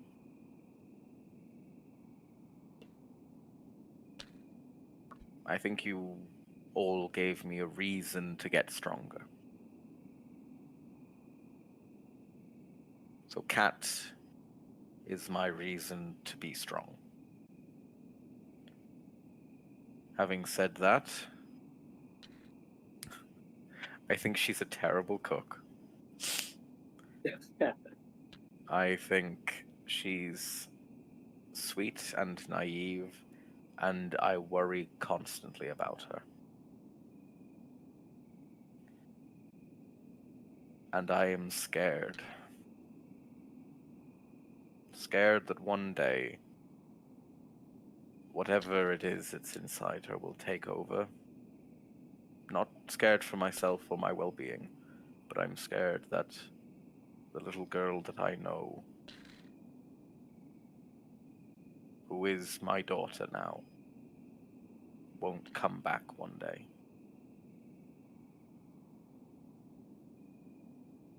That's what I think of Kat.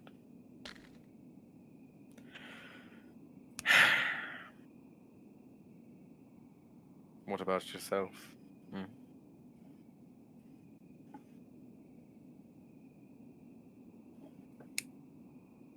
Well, I guess I have to admit I don't know her as deeply as you do, but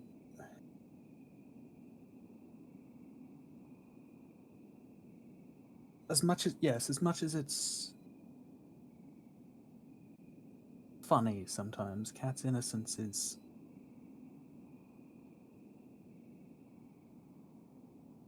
It's nice. It feels like...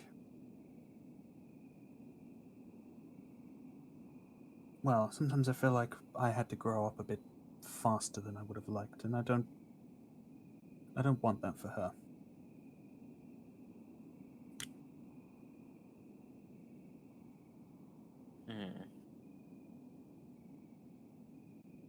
You don't talk much about your past, Vinny. It's not something I'm specifically trying to keep secret. My father had to leave home when I was young.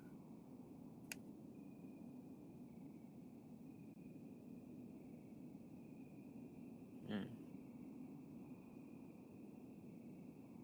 After that, my mother struggled to find work, so I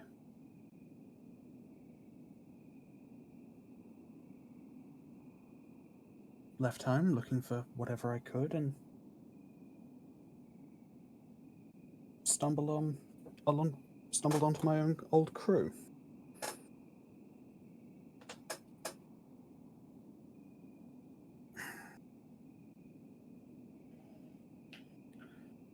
Were you adventurers like we are now, or something else? Adventurers of a kind. Don't be coy with me. Oh, fair enough then. We were thieves. We were damn good ones, too. Well, better a good thief than a bad one. I need to write some songs about some of the adventures we went on.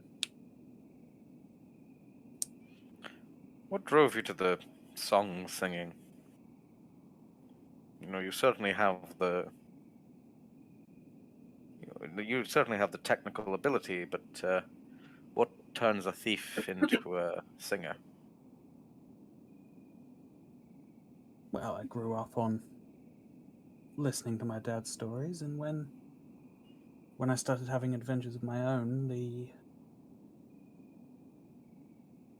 thrill of it, the adventure, it takes over you for a moment, but then it's gone. But in music and song, you can relive those sorts of things. So I wanted to record my own memories, my own feelings in that form as well. All of the skill and technical aspect that came after. That does mean, unfortunately, I wrote a few very bad ones.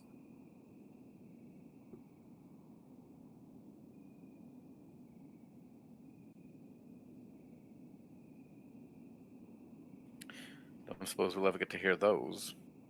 I would have to be significantly drunker first. Noted. Just so everyone knows, I will be sharing that information with everyone. Fantastic. Okay.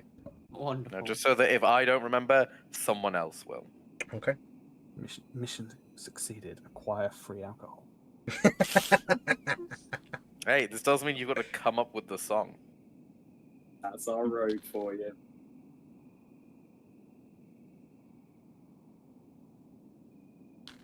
Okay. Yeah, I don't think I've got really anything else to say. I think I'm just going to put an arm around Vinny. Just pat him on the back.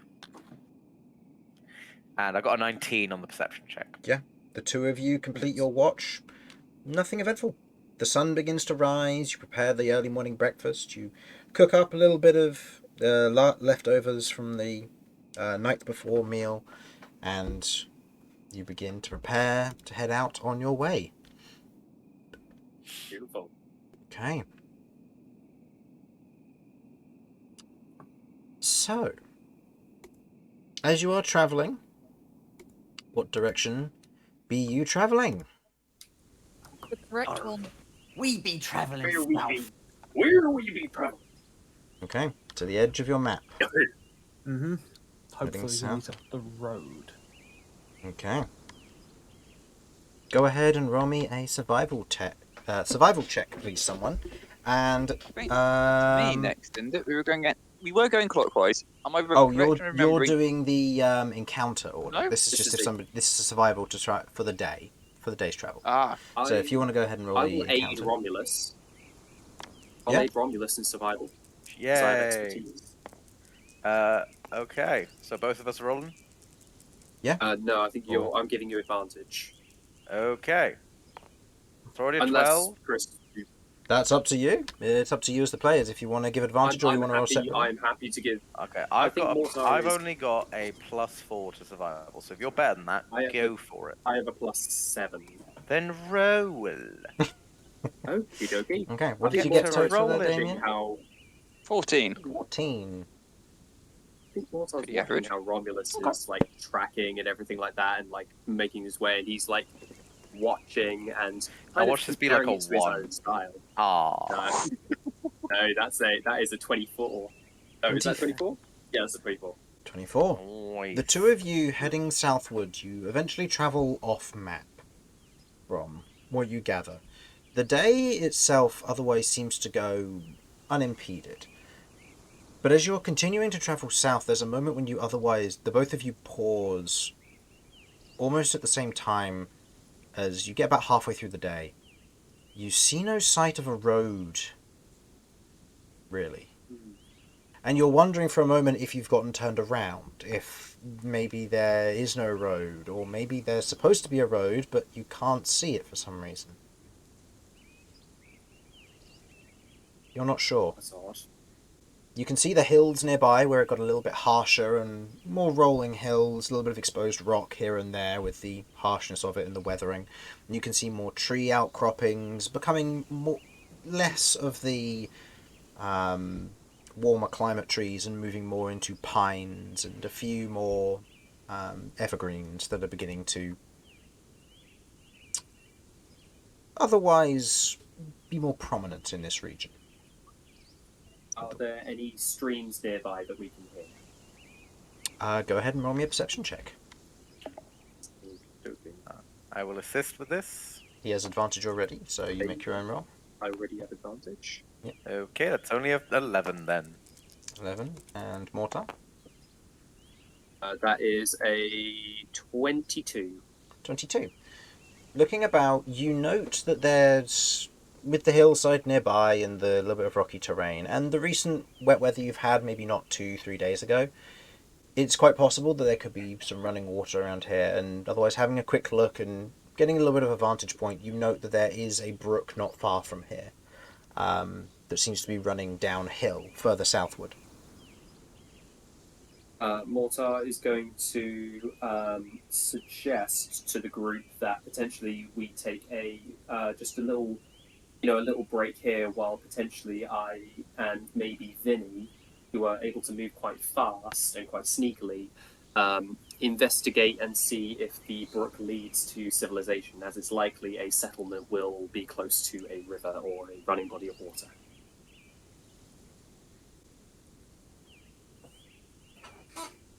I'm happy to accompany you on an excursion. Fantastic. Okay. Okay. Is everybody okay with that? Yeah. Yeah, no complaints here. Yeah. I'll send Jeff with the two of them. Okay. I think Mortar will then go to Romulus and say, is there anything else you think I should be looking out for? I'm not too familiar with this terrain, but I know enough to get by, but I could use your expertise. Keep an eye out for any trees, especially if they intersect with the river. Any decent village or town would want to be close to both water and wood.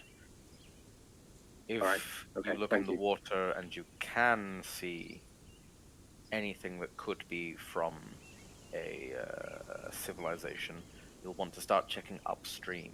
It certainly wouldn't have come from downstream. Agreed. Right. Okay. Cool. Thank you. All right, Vinny, let's go. Right, lead the way. Okay. Yeah, we'll begin. We'll follow the brook from where in the upstream direction. So we're following it upwards. We won't go too far. We don't want to. We only want to recon roughly maybe half an hour to an hour away, just to see if we can spot a civilization. Upstream will lead you more northeast from where you currently are. Downstream leads south. Right. So that's up to you. Okay. Well, really, a settlement could be either way. Let's go downstream, because then at least we're going in the direction of the objective. Okay. What do you think, Vinny? Makes sense. Going upstream takes us close to where we were. Really, we'd just be doubling back on ourselves. Okay. Yeah. Well, the rest of the party otherwise holds fire and stationary in this moment. Vinny and Mortar, the two of you otherwise head southwards, following the brook and the stream as best you can. You travel at a good pace. Your hunter's instincts from you, Mortar, and your natural understanding of the nature around you, while Vinny's natural agility and ability makes you both a good pair for moving through this area as quickly as possible. As the two of you otherwise follow this as hastily as you can. Are you being careful to remain stealthy? Are you making sure to keep an eye out, or are you traveling quickly? Mortar is prioritizing stealth and carefulness, because this is a terrain that's still unfamiliar to him to a certain extent. So he is trying to be as careful as he can, because he also knows that that's Vinny's strength as well. Okay, so remaining careful. So I would like the two of you to go ahead and make me stealth checks then, please. This would just be, for me, I'm not in darkness, so this wouldn't count as anything more. No, you wouldn't have proficiency because you're in broad daylight, yeah. Jeff's with Vinny. Okay. Right, so that would just be a +5 then. Mm-hmm. Are you looking through Jeff's eyes here? I will be, yeah. Okay. Just to make sure everything's safe. Okay. So if they make a that perception sucks. check, That's a 9 for me. Cat's on Terrador. Oof. It's an 8 for stealth for me, I'm afraid. 8 for stealth. That is Oh dear. Oh dear. For Our strength perception, in stealth. Jeff got a 17. 17. As Vinny and Mortar are otherwise travelling, there isn't really much places to hide. Following the stream, there are more trees and bushes around here, but they're kind of pocketed to and from. The water otherwise winding a little bit as it goes through. You follow it as best you can, as the two of you otherwise crest a hill and otherwise look down the way. And you do not see that any signs of a road or civilization. But the two of you do quite obviously see what looks to be bodies. Not many, say at most 3 or 4, currently lying on the ground and grass down the hill near the base of it. Are they face down or face up? Roll me a perception check.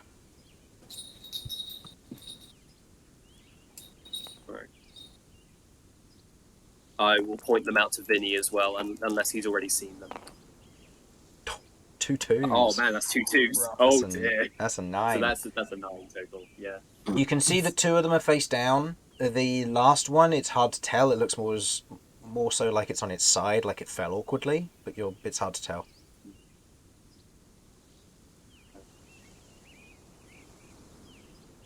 What do you think we should do? Is there anywhere near the bodies where anything could be hiding? Yeah. Roll me a perception check, or I'll say a survival check in this instance, whichever you'd prefer. May I Perception. aid in this? Perception. I was thinking something very similar.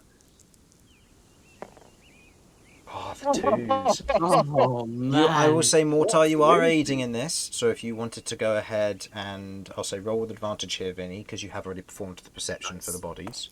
Roll another 2. Roll another 2, make it 4 2s in a row, break the on, odds. let's do it. Ah. Oh, so close.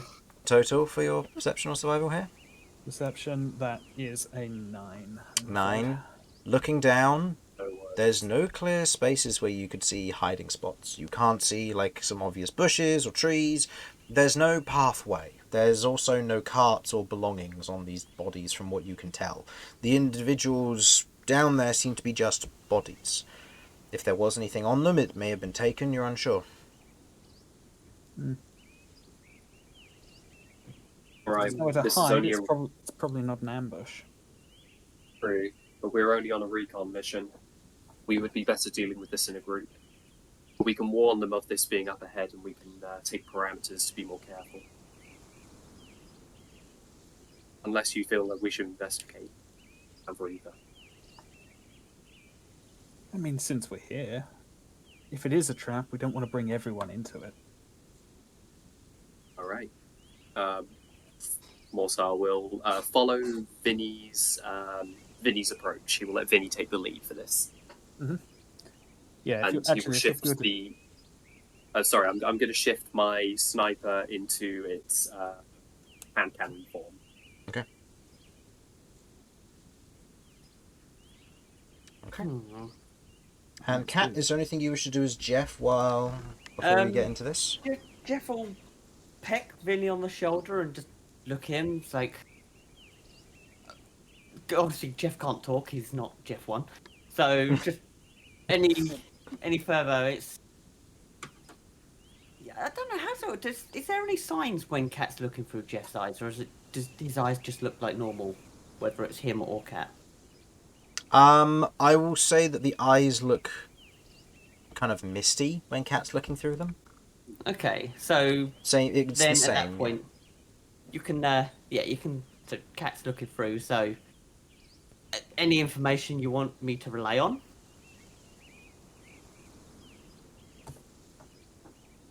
Because I'm with the other party still, but Cat can see you. Yeah. And hear you. Okay. Right. Could you just let everyone know what we're dealing with here and send up an alarm if something pops up to attack us? Okay. Cat has no idea if people can hear her, but she is going to say what's going on. Okay. Bear in mind, she's deaf and blind in Cat. Yeah. Cat, and I'm not leaving Jeff because I can't get back to Jeff because he's too far away. Yeah. So, the rest of you, I would say, otherwise hear Cat beginning to speak, kind of audibly letting you know that there are bodies here. That Vinny and Mortar are potentially going to investigate it. That they haven't come across any roads yet. And I want to clear up that Cat is currently on top of Terrador. Should the party be moving, Terrador will automatically just follow. Just a couple of questions. How wide of a view could you get from the top of the hill?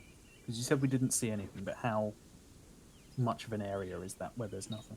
Looking about, you can see that it's kind of it's a rolling hill still. It's not a steep hill by any means. There's not a sheer drop. It rolls down to kind of a lower section and then rises back up. You can see beyond the horizon of what looks to be kind of denser tree cover further south. Sorry.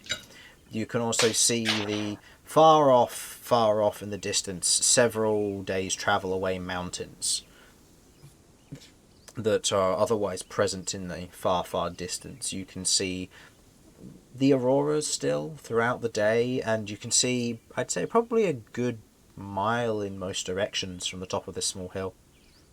But you don't see a road.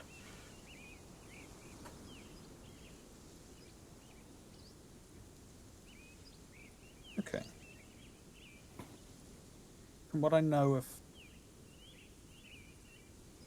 Because you said there's not a lot in the way of permanent civilizations outside of the big city. That's in the mountains, right? There are a few big cities, but the main one is in the mountains, yes.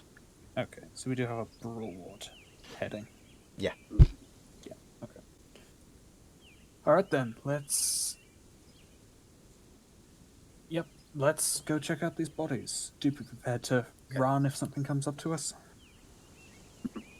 We don't want to be fighting anything, just the two of us. I agree. Not really suited to close quarters. Okay. The two of you proceed down the hill.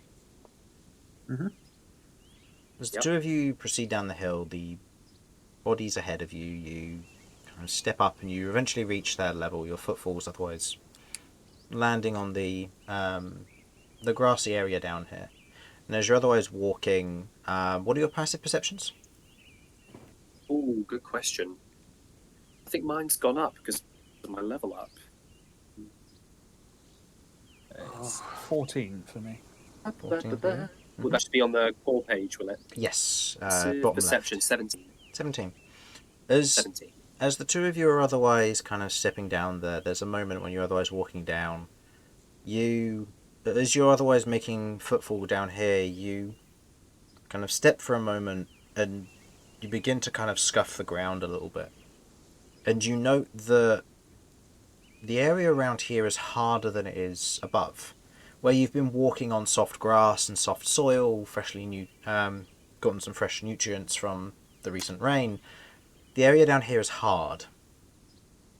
There's no clear signs of much, but as you're otherwise stepping with the passive perception, the two of you kind of make note that this is the road.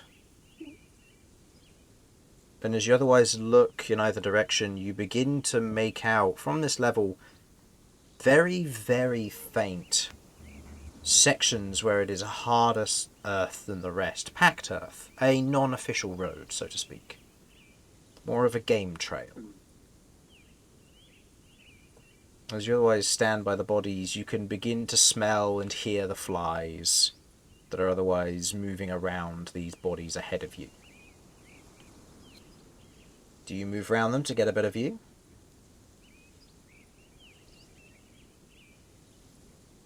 So I will wait for Vinny's call on this. I think I will. Why don't you hang back a little ways? Just for the moment. Mortar will nod and post up behind a tree where he has a perfect view of where Vinny will be going. He will take his time to get there if he needs to.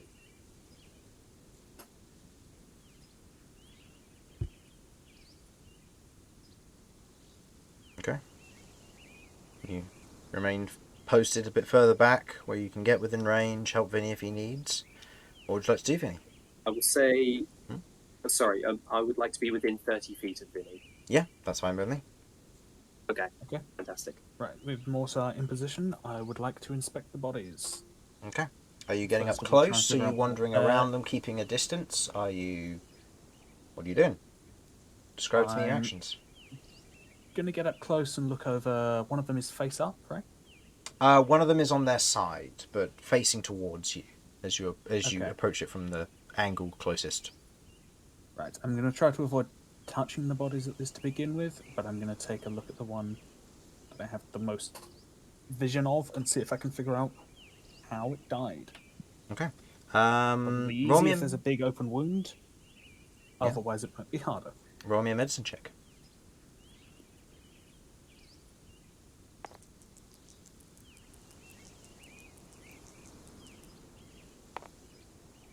Dirty 20. Dirty 20. Okay. Looking at this individual facing towards you, there's a moment of, as you're otherwise looking at them, it's fairly obvious how they've died. As you can see, there is a very thick, dark purple bruise around their neck.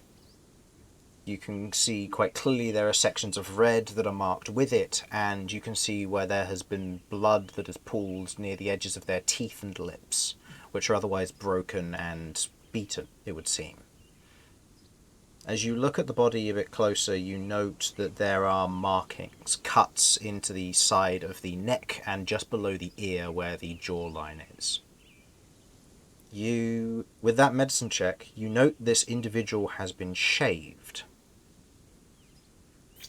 You can see that they once had a beard, and it has been cut free. Notably, race-wise, this individual is human. As you otherwise look upon the body, they seem to have been not strangled, but hung. As you kind of take note of this and you look at the other two, you can see one is what looks to be kind of a pure white-coloured dragonborn. But you can see all the scales have been picked clean from their body, leaving them flayed. While the last one, as you get a closer look at it, seems to be that of an orc individual. What looks to be an older lady, and you can see that her tusks have been cut free from her jaw. By the looks of the wounds and the way that the blood has congealed, these happened prior to their death.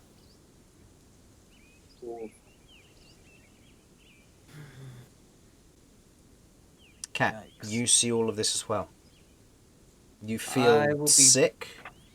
Roll me a Constitution saving throw while you're on Terador.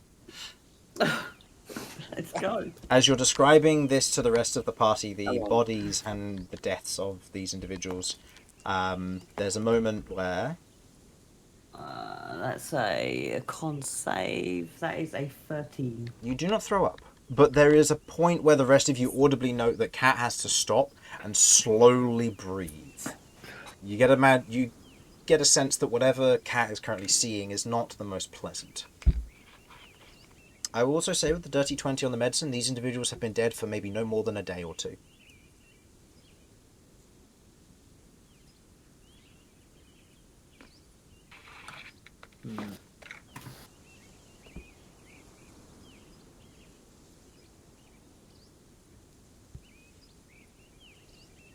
killers have probably moved on, but not that far. As all this is happening, Vinny has almost subconsciously moved a hand defensively over his chin. Mortar will see this moment and put a hand on his weapon, ready. Hmm.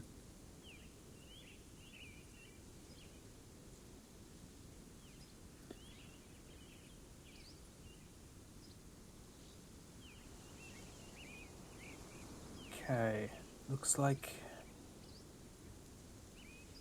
they were attacked here and hanged. With the Mortar will walk over. guess they've probably moved on. See if you can find any sign of tracks. You're probably better at that than I am. So I will nod. Something mentioned in the description, Chris. You mentioned that there was blood pooling around the mouth and stuff like that. And did I hear something about like purplish bruising? Is it very obvious that it's like a rope burn, or is it more of an isolated area, like potentially injected with something? If you want to get a closer inspection, then you may go ahead and make a medicine check. Alternatively, if you are physically interacting with the corpse, tell me how you're doing so, and I might give you the answer. Mortar doesn't know this information. He only knows what Vinny has told him, so he is not going to do that. That was Dan being a metagaming little bitch. No, that's fine. Go ahead and make me Yes. your choice of a I medicine will or history make- check here. Actually, I'll say, Vinny, go ahead and roll me the same. Roll me a medicine or... I'll say for you more of a history check, because the medicine was a success. Mm-hmm. I will go for medicine. Okay. Let me just...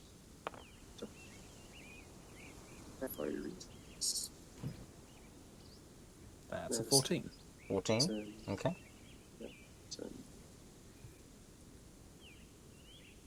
Hello. Sorry, my fun. Oh, okay. I'll just move that out of the way. Okay, there we go. That is a 19 plus 4 is a 23 23. for the medicine. With your two combined rolls and kind of Mortar, you get a better look at it and you kind of usher something under your breath, and Vinny, it kind of triggers not necessarily a memory for you, but a realization. All three of these individuals have had their tongues cut out. And distinctly what you, in this moment, realize, Vinny, these individuals may have been criminals. You suddenly begin to realize that pieces of their body that are honourable to them, humans with beards, dragonborn with scales, and orcs with tusks, that's valuable, a show of pride to some, and they have been cut clean and away, much like their tongues. And the two of you kind of put this two and two together, that these individuals may very well have been criminals. Alternatively, they were made to look like them. You're otherwise unsure. Is it likely that there's a camp of or a group in this area who may be vigilantes in a way, taking the law into their own hands, seeing those who are deemed as criminals as not needing of any mercy? Is that something that you're familiar with, Vinny? I don't know this area very well. So the two of you lack any real history to understand what the situation may be this far south. The most that you know is that most people travel in tribes or groups. If there was a dispute, if there was crime done between a tribe or a group and something happened, possibly another reason you're not sure of, that could have resulted in this sort of actions, but you do not know. Mortar will then kind of pat Vinny on the shoulder and just say, keep an eye out. And I'm going to then look for the tracks of potentially whoever did it. I'm looking for foot size. I'm looking for like the shape of the foot. I'm looking for if there are any feet. Like, is it like 1 foot? Is it like a pogo stick? I want to know. Go for it. This will be a survival test. It was a check. pogo stick. Yeah. It was a pogo stick, I knew it. Yep. That's a 9 plus 7, 16. Okay. It doesn't take you long down at this level and this close. You couldn't see tracks initially, and you can't find tracks per se, But there are sections of this where there are more clear markings, what look to be similar to that of drag markings. The heavy grass in the area obscures them quite well, but when you are nice and close, you can otherwise find them as you are investigating closer to the ground, trying to find these tracks. As you follow them otherwise nearby, and you kind of follow them with your eyes to where they may lead, you can see not far from here what looks to be a small cluster of trees in the woods, and you can just about make out what looks to be the ends of dangling rope. I'll nudge Vinny and wordlessly point in the direction, making sure that I'm kind of pointing them out as obviously as I can.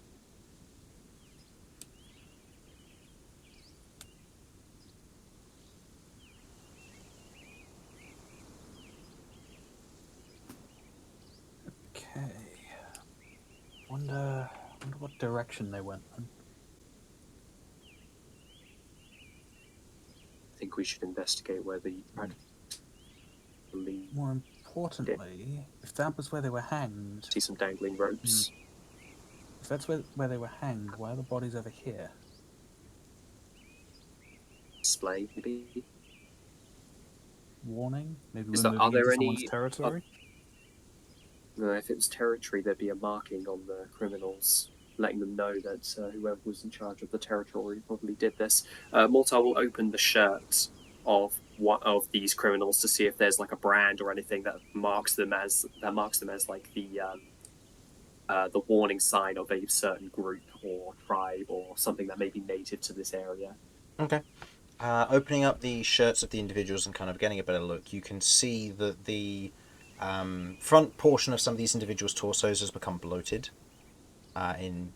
In death, you know that is something that can happen. You've seen many people die, and after several days in the hot sun, corpses tend to become bloated and are prone to certain bodily movements that are less than pleasant.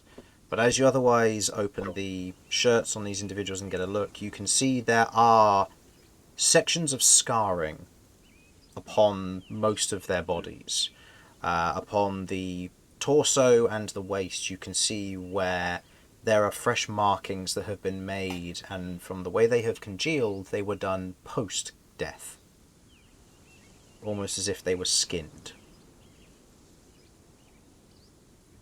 That to me suggests a calling card. Hmm. I think we should rally. I think the others should rally to us, and we should get some more eyes on this. You and I aren't familiar enough with the area to know what this may mean. No, but it looks like the killers have probably moved on, so I suspect we're safe here. For the moment. Wouldn't let your guard down just yet. We've only explored this area. There's another area in the trees. I can see where the ropes are hanging from them. Likely the place where they were executed.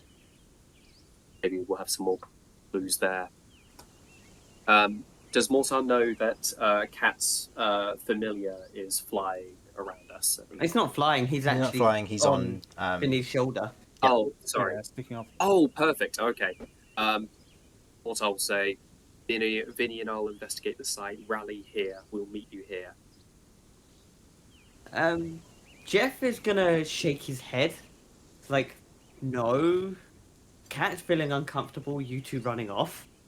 Can't obviously say, but I will say to the party, we need to go.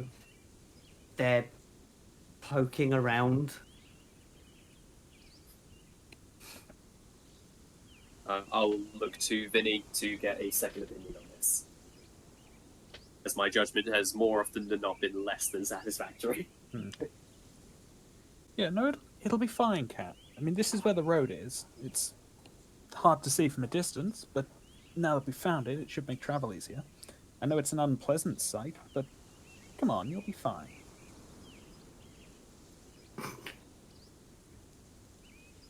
I don't want Cat to grow up too fast. Immediately takes her a load. How do I convey a message as a bird? I don't know. All right, Jeff goes down towards the body. Both wings just like full Ace Ventura gestures to body, and then looks. You, in this instance, because you are too far away, you cannot instruct Jeff to do any Oh, of of this. course It's not. more of a Jeff can convey your messages. in slight movements. In this instance, Okay. I will say go ahead and roll me a performance check for Jeff as he hops down to see if he can do any major gesturing. Okay. Performance. Oh, that'll be under Jeff, not me. Yep. Oh god, I worry for this. What is performance? Charisma. Oh, fuck. Jeff. -2 on charisma. Oh, Jeff. I love you, but... Bugger me.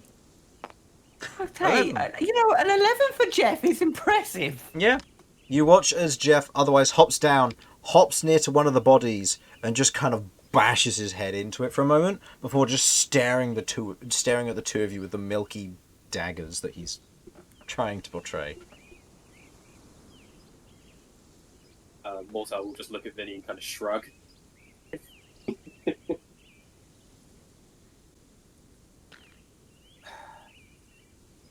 Chris, DM'd you. Ooh. Hmm? I've been sent DM. Hold on. What is going on here? Okay. Sneaky sneaks.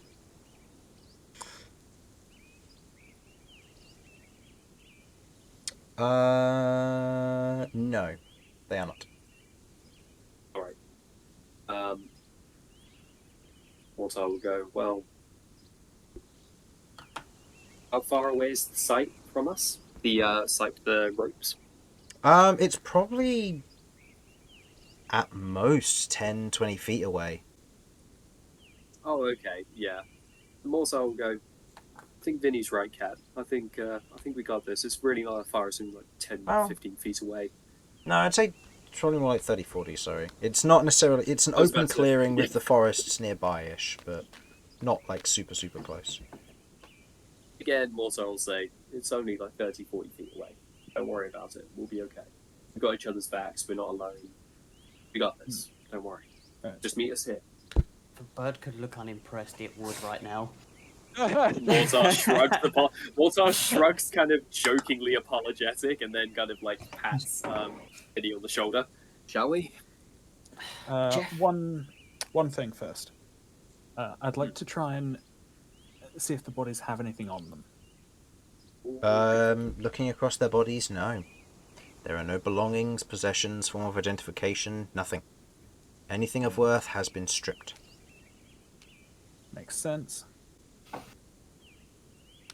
How far did Left they... anything behind? It makes sense to check. How long were they walking before they found this? Almost the half an hour limit. Okay. Roughly, can I get a bearing? How far away are they from us?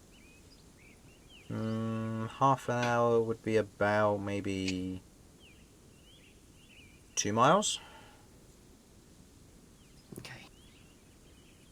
Having said that, didn't you guys say you were moving? Yeah, Yeah, they're we're moving at this moving. point, but yeah, so it's about 2 miles, but we'll see. Okay, so you guys have covered a mile in that time. Okay. Alright. Let's go investigate, shall we? That's a Let's take a point. look. Would Damian ride ahead on Starlight? Damian can certainly ride ahead. That's perfectly alright. I think he will. Okay. Awesome. Okay. Riding ahead on Starlight will give you some extra speed. The rest of the party will be travelling at a good speed. The knight came over the top of the hill. Not yet. Shining armor. Then he ran back down again. Hair flick. Oh, naturally. Hair flick. The epic horse Winnie, like the Gandalf with the light and everything. Oh, man. Yep. And then it's promptly interrupted by a crossbow bolt straight through the throat. Yeah. Yeah. No, my boy! Mm-hmm. Okay. Mortar. Go ahead and roll me an intelligence saving throw, please. You have advantage Shit. on this. Oh, yay. Oh, buddy. I have a natural 20 for a total of...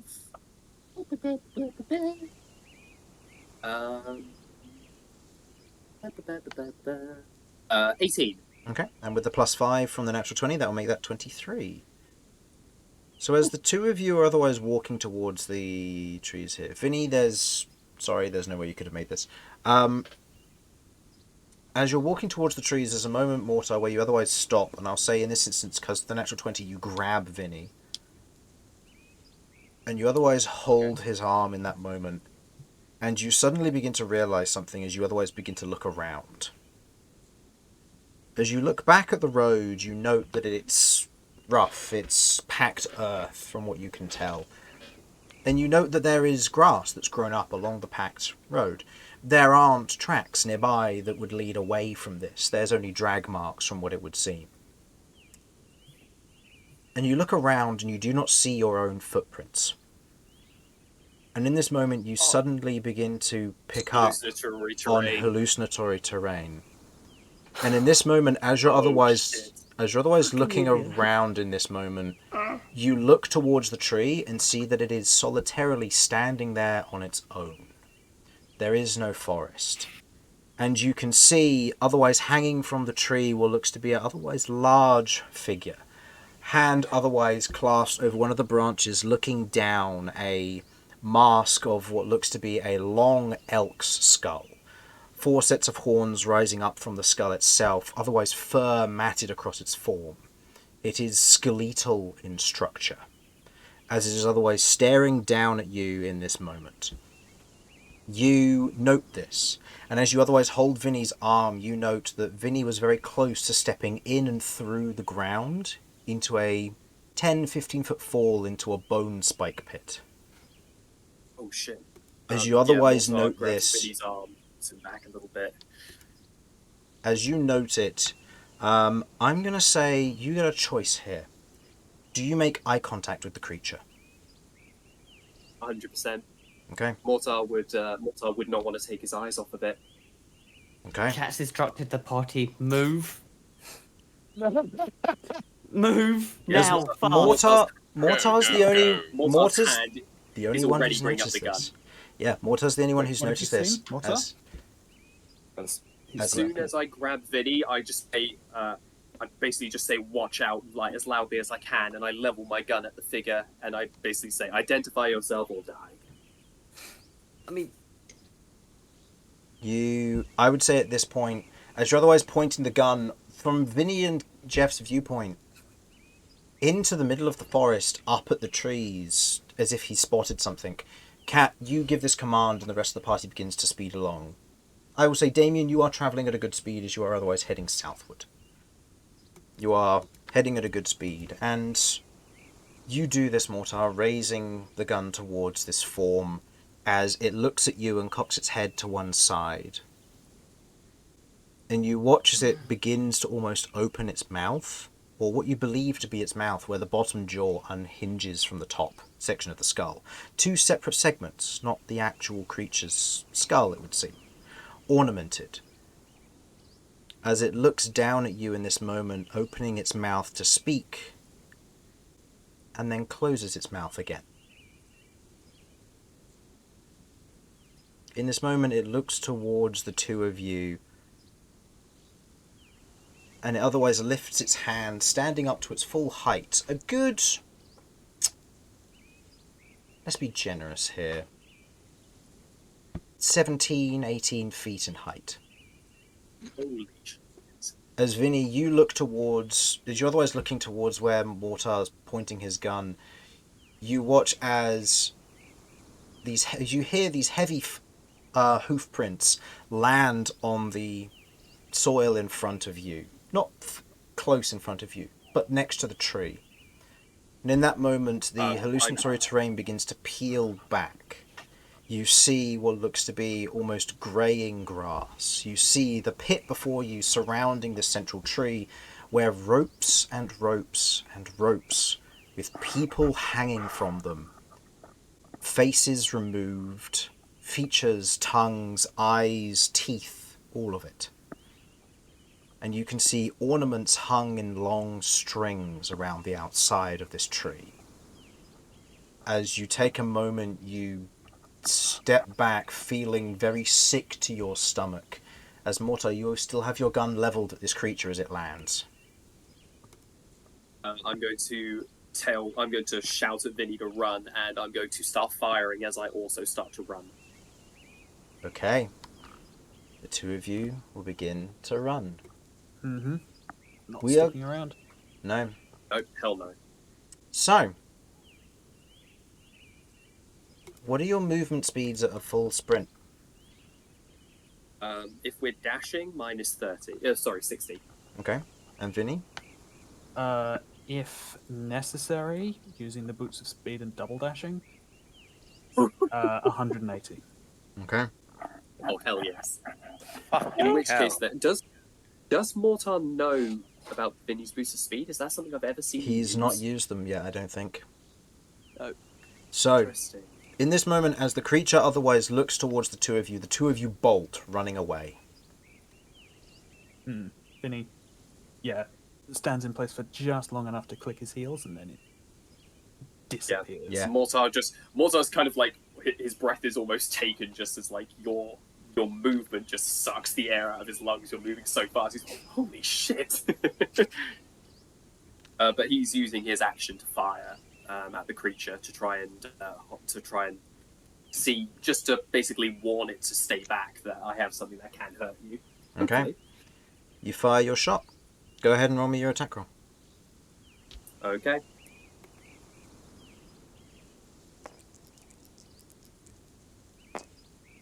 Natural That's a nat one. one. In that moment, as you go to fire, you watch as it lifts its hand, and with a little click of its wrist, you otherwise watch as the safety on your weapon clicks into place and won't budge. Oh, I think another thing is as well, on a 1, my gun misfires. Yeah, so that I will say that is the treated misfire. That the safety on the Gotcha. weapon is currently locked in place. As the creature does this, you watch as the mouth begins to unhinge, and and you almost feel as if the daytime begins to disappear. As you begin to feel Is this an illusory effect? In a sense, you can see through some of it Also- as the shadows begin to pull outward from the creature. Mortar watches as this begins to kind of overcome his periphery, and using his heritage and his powers, he's going back in a battle of wills and try to basically turn the effect on the creature. Okay. I'm going to see if that's something I can do. I will say, in this moment, this will be a contested intelligence check in this instance. As you're attempting to no. basically battle your psionics Yep. versus it. No, guys, relax. I'm a spellcaster, notoriously intelligent. I've got this. Don't Okay. even worry. I will let Well, you know now. 500 foot of these I will let you know guys. now. I have rolled a natural 20. Oh yeah, well, Yeah. This No will big deal. take a got natural this. 20 to potentially contest. Don't worry about it. Don't even worry about it. It's all good. It's all good. That's that I'm one. worrying. if this thing doesn't kill you, Catcher as hell is going to kill you. In this moment, as you otherwise see this illusion beginning to take hold, you stand your ground and try to resist the effect. And in that moment, you feel the sudden surge of something rush over you, and you feel frightened. And in that moment, as you then go, I've got to run, your legs won't move as your movement speed is Yeah. set to 0. Vinny, Perfect. Vinny you is out reach- of there. That's all good. Vinny, you reach the top of the hill and you look back and you see that this creature is standing there, not moving, and neither is Mortar.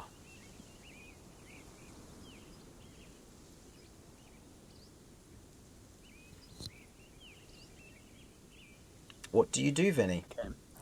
Vinny pauses at the top of the hill for a moment.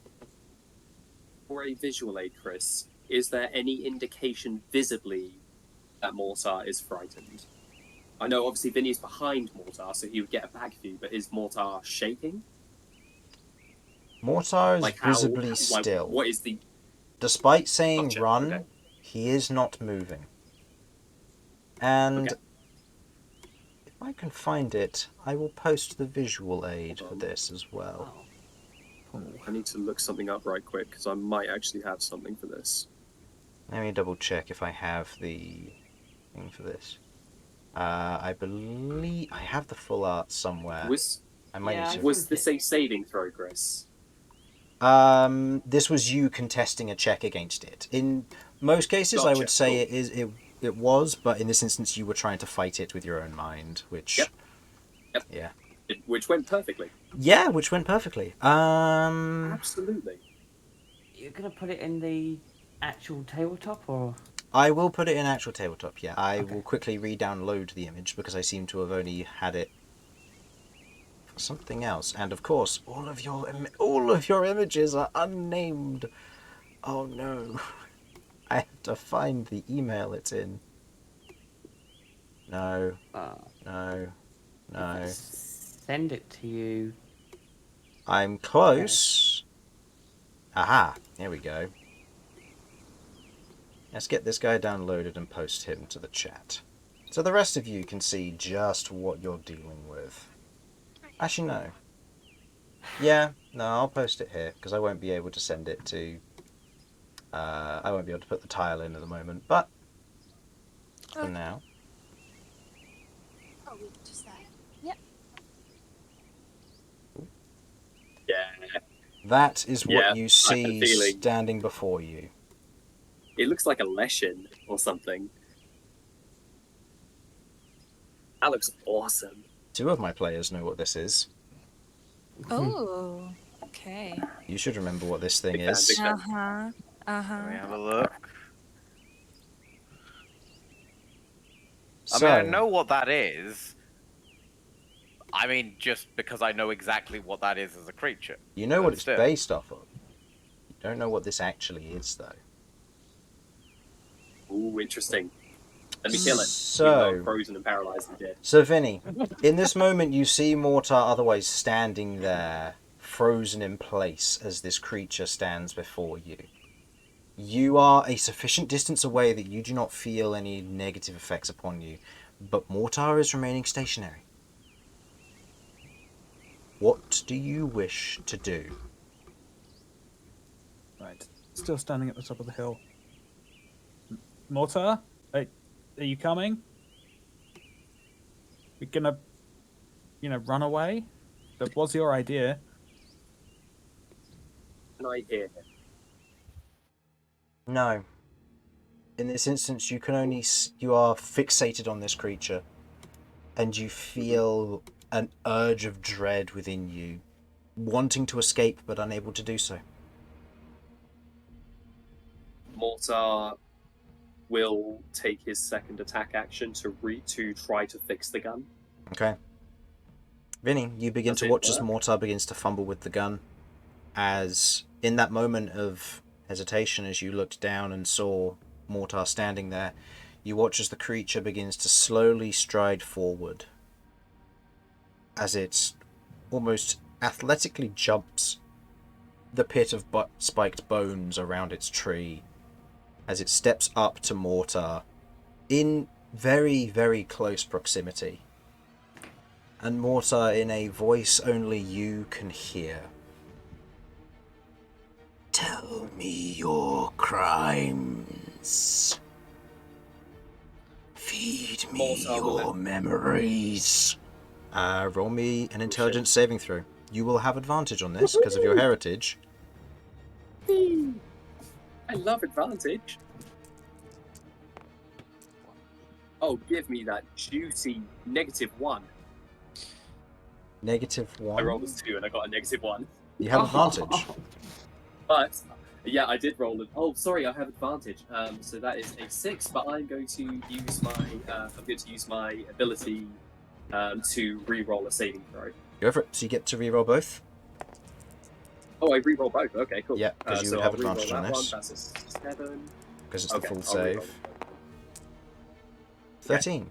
So this, yeah. So well, actually, this one I already rolled. So to ignore this one here, it would be a 9. It will be a 9. Yes, so Okay. 9 total. Okay. That is a fail.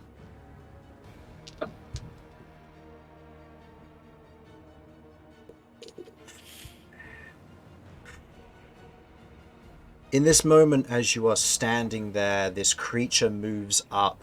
Vinny, you watch as it places its hand on the side of Mortar's head and begins to speak, as it begins to shrink in size and looks identical to Mortar. Oh, shit. As it does, Absolutely the fuck not. as it does so, you watch as it breathes in, just as Mortar would. Mortar, you take 55 points of psychic damage, and every memory within the last week, it knows. Oh boy. Oh, no. Mortar, on this, Mortar feels his memories being siphoned, and I'm going to use Thought Scour. No, not Thought Scour. Telepathic Intrusion to try to wrestle those memories back. I go, oh no, you fucking don't. Those Okay. are mine, bitch. Okay, this will If be this thing is- this will be your investigation against the DC of, I believe, 10 plus the CR of the creature. Okay. If this thing is acting in Mortar isn't, then Vinny is going to have to run back down and try and intervene. Mm-hmm. Then, if that's the case, Jeff is going to stay at the top of the hill, so he Okay. doesn't get caught up in the fray. Yeah. I think visually, what Vinny would see in that moment is Mortar's entire body goes just stiff, like rigid. Every muscle in his body tenses up as he kind of convulses. And if he was in front of him, he would see that Mortar's eyes, nose, and ears are bleeding profusely. Mortar is significantly bloodied. Okay. Go ahead and roll me the investigation check against this DC. I will tell you this now. You will need a natural 20 to succeed this, because if your investigation is a -2.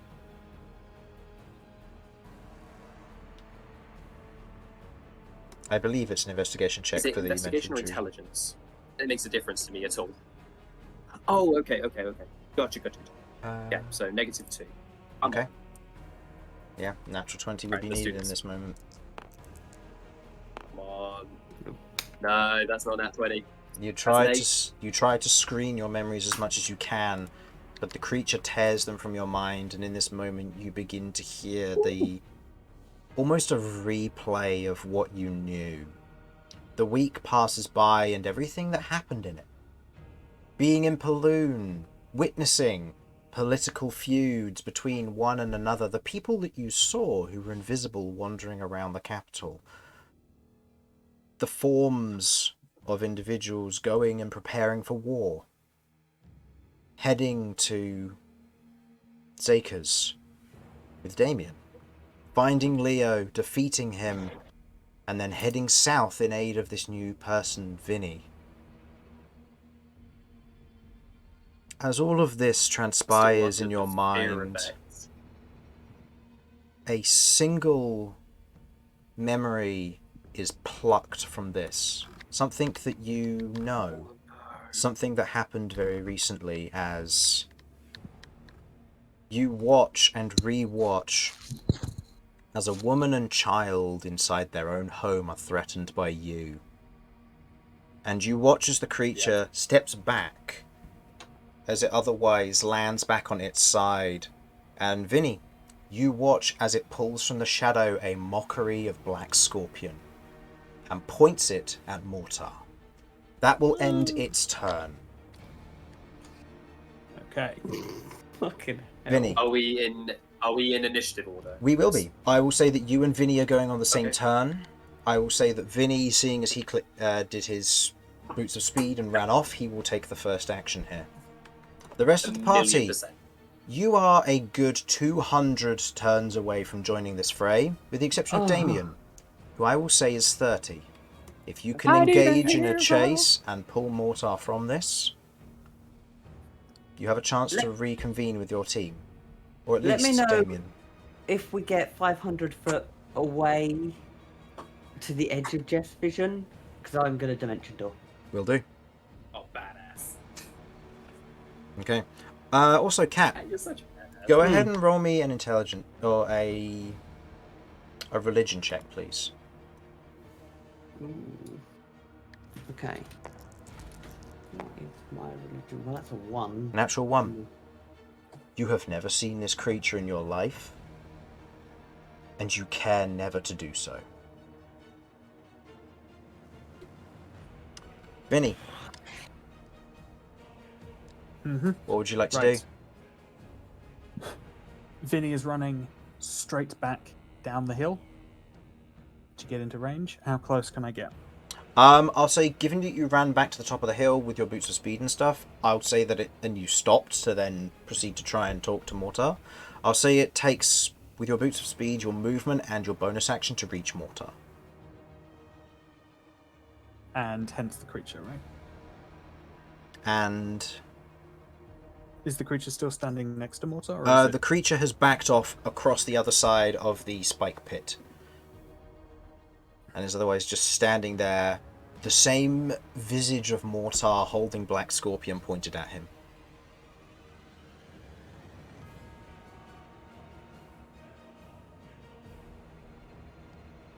Okay, I'm going to attempt to move myself in front of Mortar as best I can. Okay. With my scimitar drawn.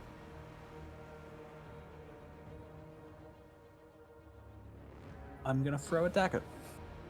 Okay. You throw a dagger. Is it magical? It is not, I'm afraid. It casts right off. You throw the dagger accurately. As it strikes the fur, it glances clean off. No damage is dealt. Make me... this would be an intelligence saving throw. You do not have advantage on this. Actually, no, because this is just the frighten effect. And Mortar tried to contest it with his own intelligence check. So this would be according to the creature's stat block, a wisdom saving throw. Mortar, you'll get to make one of those in just a moment at the end of your turn. Quite alright. That is quite alright. Keep in mind you'll have disadvantage on this while the creature is still within line of sight of you. That's... Okay. That's a 7. 7. You look at this creature and you suddenly feel almost a sense of dread from this area. You almost catch your breath in this moment as you begin to almost hold your chest. You feel a weight, a sinking feeling within you, almost a guilt. And in this moment, you do not feel necessarily frightened by it, but you feel unable to act.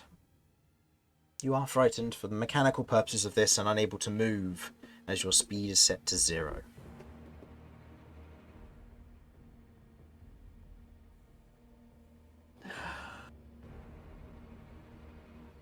Okay. Mortar. Unfortunate. Mortar is... Well, he is terrified. Do I know which memory I lost? Dan being... Not Mortar, but Dan. Does Dan know You what didn't memory Mortar lose a lost? memory. It plucked okay. from your mind the act of a crime. The act of entering another's home and threatening them. And it seems to have taken that personally. Understood. Mortar sees Vinny freeze, and I think Mortar is so terrified in this moment that he's torn between trying to run and trying to stay, but he can't move, so he's like, I can only stay. Can I move Vinny?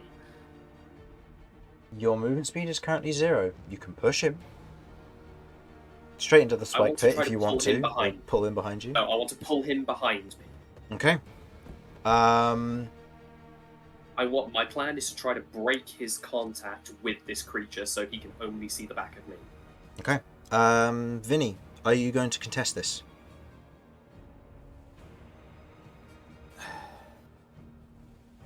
In this instance, being first confronted with this thing's magic and unsure of what's going on, no. Okay. You are able to freely move Vinny to behind you. This takes one of your attacks. Perfect. Mortar uses his first attack to grab Vinny by the scruff and say, stay behind me. You need to go and get the others. I can't move, and I don't know what this thing just took from me. You're much faster than I am. You need to go. I will follow, I promise. And Mortar will fire with his second attack with disadvantage. And he is going to Branding Smite on this as well. Okay. Make me an attack roll. Come on, buddy. You got a good bonus to hit, my boy. Can I ask why this is with advantage? disadvantage Oh, disadvantage, because right? I'm Because within line frightened. of sight. Yeah. Yeah, because No, frightened. good So catch. that's- I that completely is- forgot. Yeah, that 14 plus 10 is a 24. Hit. Okay. Yeah, Mortar sinks this real nasty thing, and just as he goes to pull the trigger, I believe. Oh no! Oh yeah! You watch as Mortar grits under his teeth and says, "Just die," and he's going to make this guy his favored foe. Okay. So this does additional So that's damage. an extra D6.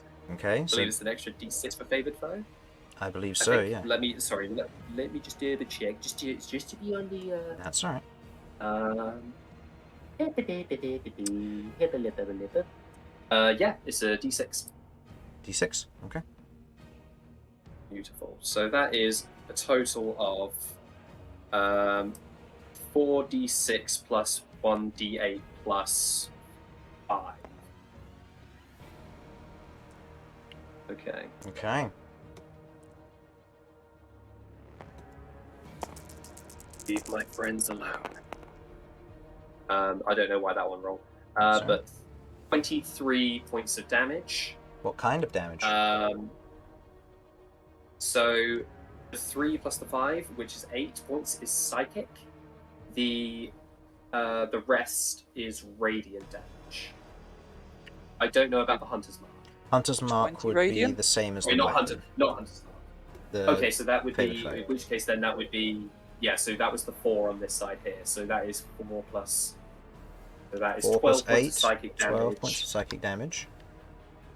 And, oh wow, that is 16. 16 points of radiant. As you And otherwise. the creature cannot turn invisible due to Branding Smite. Okay.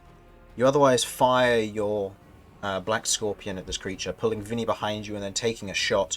As you do, the shot hits the creature, and you watch as the psychic energy meets a psionic force and Sorry, isn't BRB. dissipated but diffuses, doing less damage than you'd hope. But as the radiant strikes against it, lighting up portions of its form, it doesn't shift from the image of Mortar. This isn't invisibility, this isn't an illusion, this is a physical transformation. Back. Welcome back.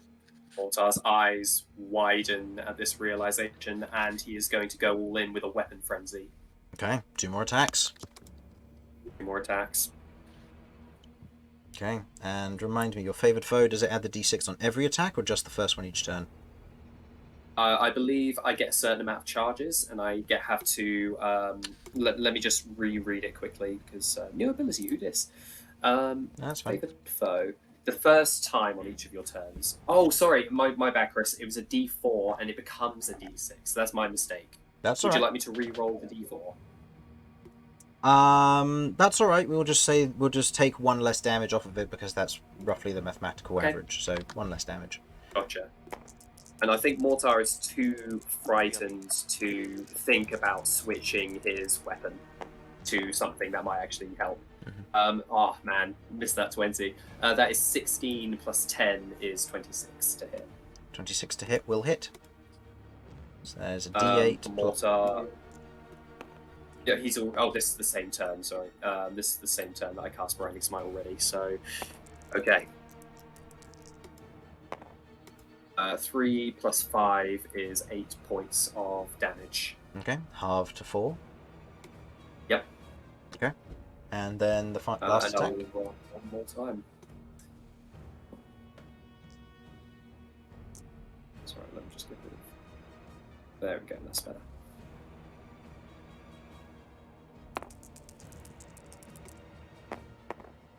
Oh, Now this is. Yeah, that's a 13. I That think will miss. Mortar's hand becomes so shaky as this creature's so close to his face, and just the visage is throwing him off, and his hand's just shaking so much that he fires wide, swears under his breath. Mortar's movement is 0. I've used everything. That's it for me. Okay. Make me a wisdom saving throw. Because you have hit the creature twice despite being frightened, you get 2 rerolls for this. If, when you use the reroll, you must take the new one. Okay. If any of them are a Alright. natural 1, you will take damage. Sounds great. No problem at all. regardless of, and then I- you will stop the I reroll. am So, Chris, first, I am a fan of this creature. This creature's awesome. you shouldn't be. This thing will kill you if you roll a natural 1. Joke's on you, Chris. I'm a sadist. That's a 19, baby. Plus 4. It's a like a billion. So 23. do I have? Do I have disadvantage on this because I'm inside of the creature? I don't Or think is it just frightened ability gives checks? you. I think it's just ability checks and attack rolls. I will quickly double check. Right. Condition frightened, disadvantage on ability checks and attack rolls. Yes, so you do not have disadvantage on this. Okay, so in this moment you Awesome. manage to break out of your fear. Taking the 2 shots, you pant for a moment as you look at the creature, and you feel this sudden surge of your fight or flight kicking back in. Okay. Mortar will look over his shoulder at Vinny and go, "It's going to be okay. You got this." Okay. And I'll level my gun back at the creature. What? Okay. As this happens, at this point, the lair would trigger. Because I would assume that both of you would roll stupid high if you're in initiative. Traditionally. And as you're otherwise both Vinny would. standing there, you feel this sudden wave of not energy per se, but drowsiness. What are your current hit points? As the lair is casting a 5th level sleep. Yeah, Mortar will be out then. I've got 15 hit points. 64. 64. Okay. I need to see how much this rolls, because I mean there's a lot of dice being rolled here, but I don't know what my numbers will be.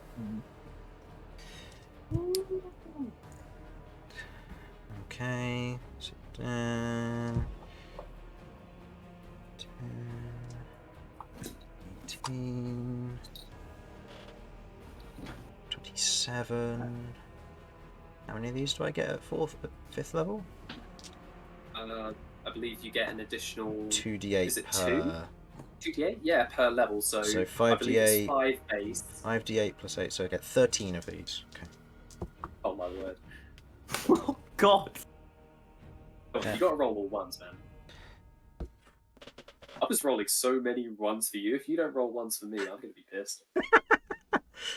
It's just inconsiderate, you know?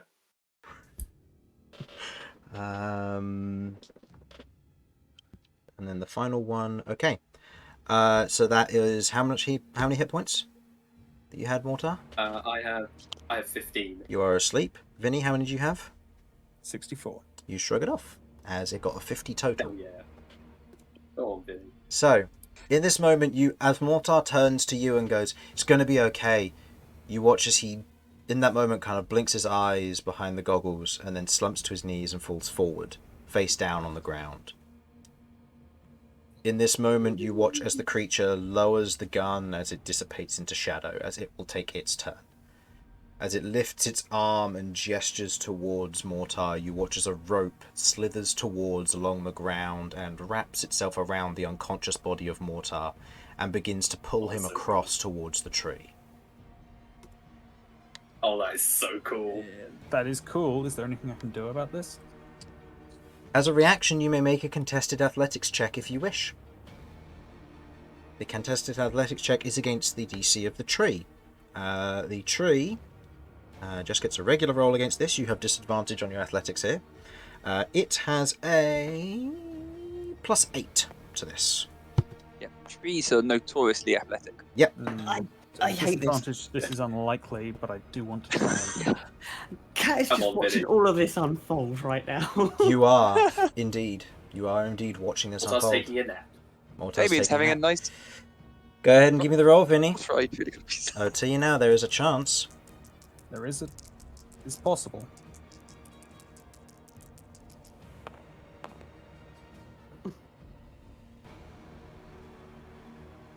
Total. 19. That beats it.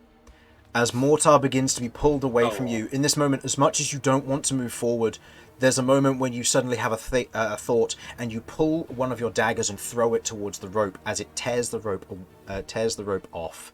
And you watch as Mortar's body just slumps just before the pit, where he would be pulled through and either into the spikes or across to the other side. It is in this moment the creature turns its attention to you, Vinny. And you watch as it almost deftly takes 2 steps and is within reach of you. and as it otherwise looks down at you, you hear the same guttural tone speak back. Tell me your secrets and your crimes. Does the creature step over Mortar? Yes. Mortar is asleep. Does he, by any chance, touch the gun with his pinky toe?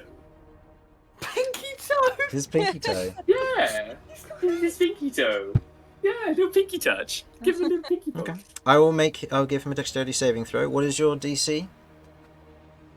The spell save DC? What, as in spell save? Yeah. 14. 14. Yeah.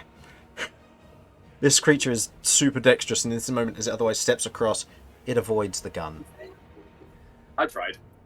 No, I'm that's sorry, fair. As it otherwise steps up to you, Vinny, you feel its hand begin to kind of move across your face, and as it otherwise runs its finger through your beard, you begin to feel it almost grip its fingers around the edge of the beard itself. In this moment, go ahead and roll me an intelligence saving throw, please. Come on, Vinny.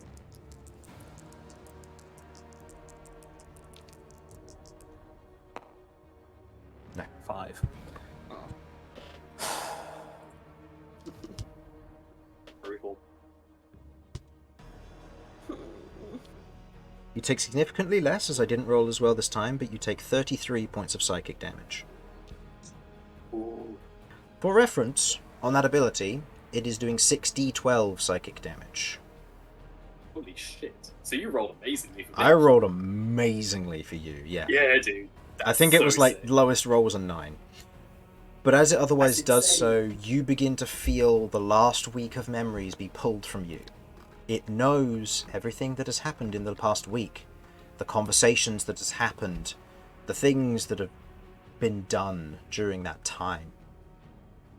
And you feel as the creature itself plucks a memory from your mind. Where you have committed no crimes, you watch the replay of it observing Cat consuming the head of one Brandon or Branson, and you watch as it turns its attention, letting go of you, and turns immediately to Jeff. And in this moment, you watch as it bares its claws on either side in a state of rage. And that is where we are going to end our session for tonight. Oh my word. You had to poke the hornet's nest. Okay. Here we are, hilariously far away, and the one person in this entire party who hasn't committed a crime is 200 rounds away. 199 now. 199, yes. Honestly, Now the I question don't is, think this could have who gone amongst any better. society has not committed a crime? That is the question for you all. So, Chris, next session, Mortar will have gained the benefits of a long rest, yeah? No. Okay, I've got him asleep though. You're asleep though, yeah, but a long rest takes 8 hours, so unless it goes on for the full 200 rounds. No. We're not 8 hours away. No. I will say one thing though, Mortar, as a general note. Hello. I will not be asking you to make death saving throws. Ooh. You're dead. No. Yeah, this is a dead death. No.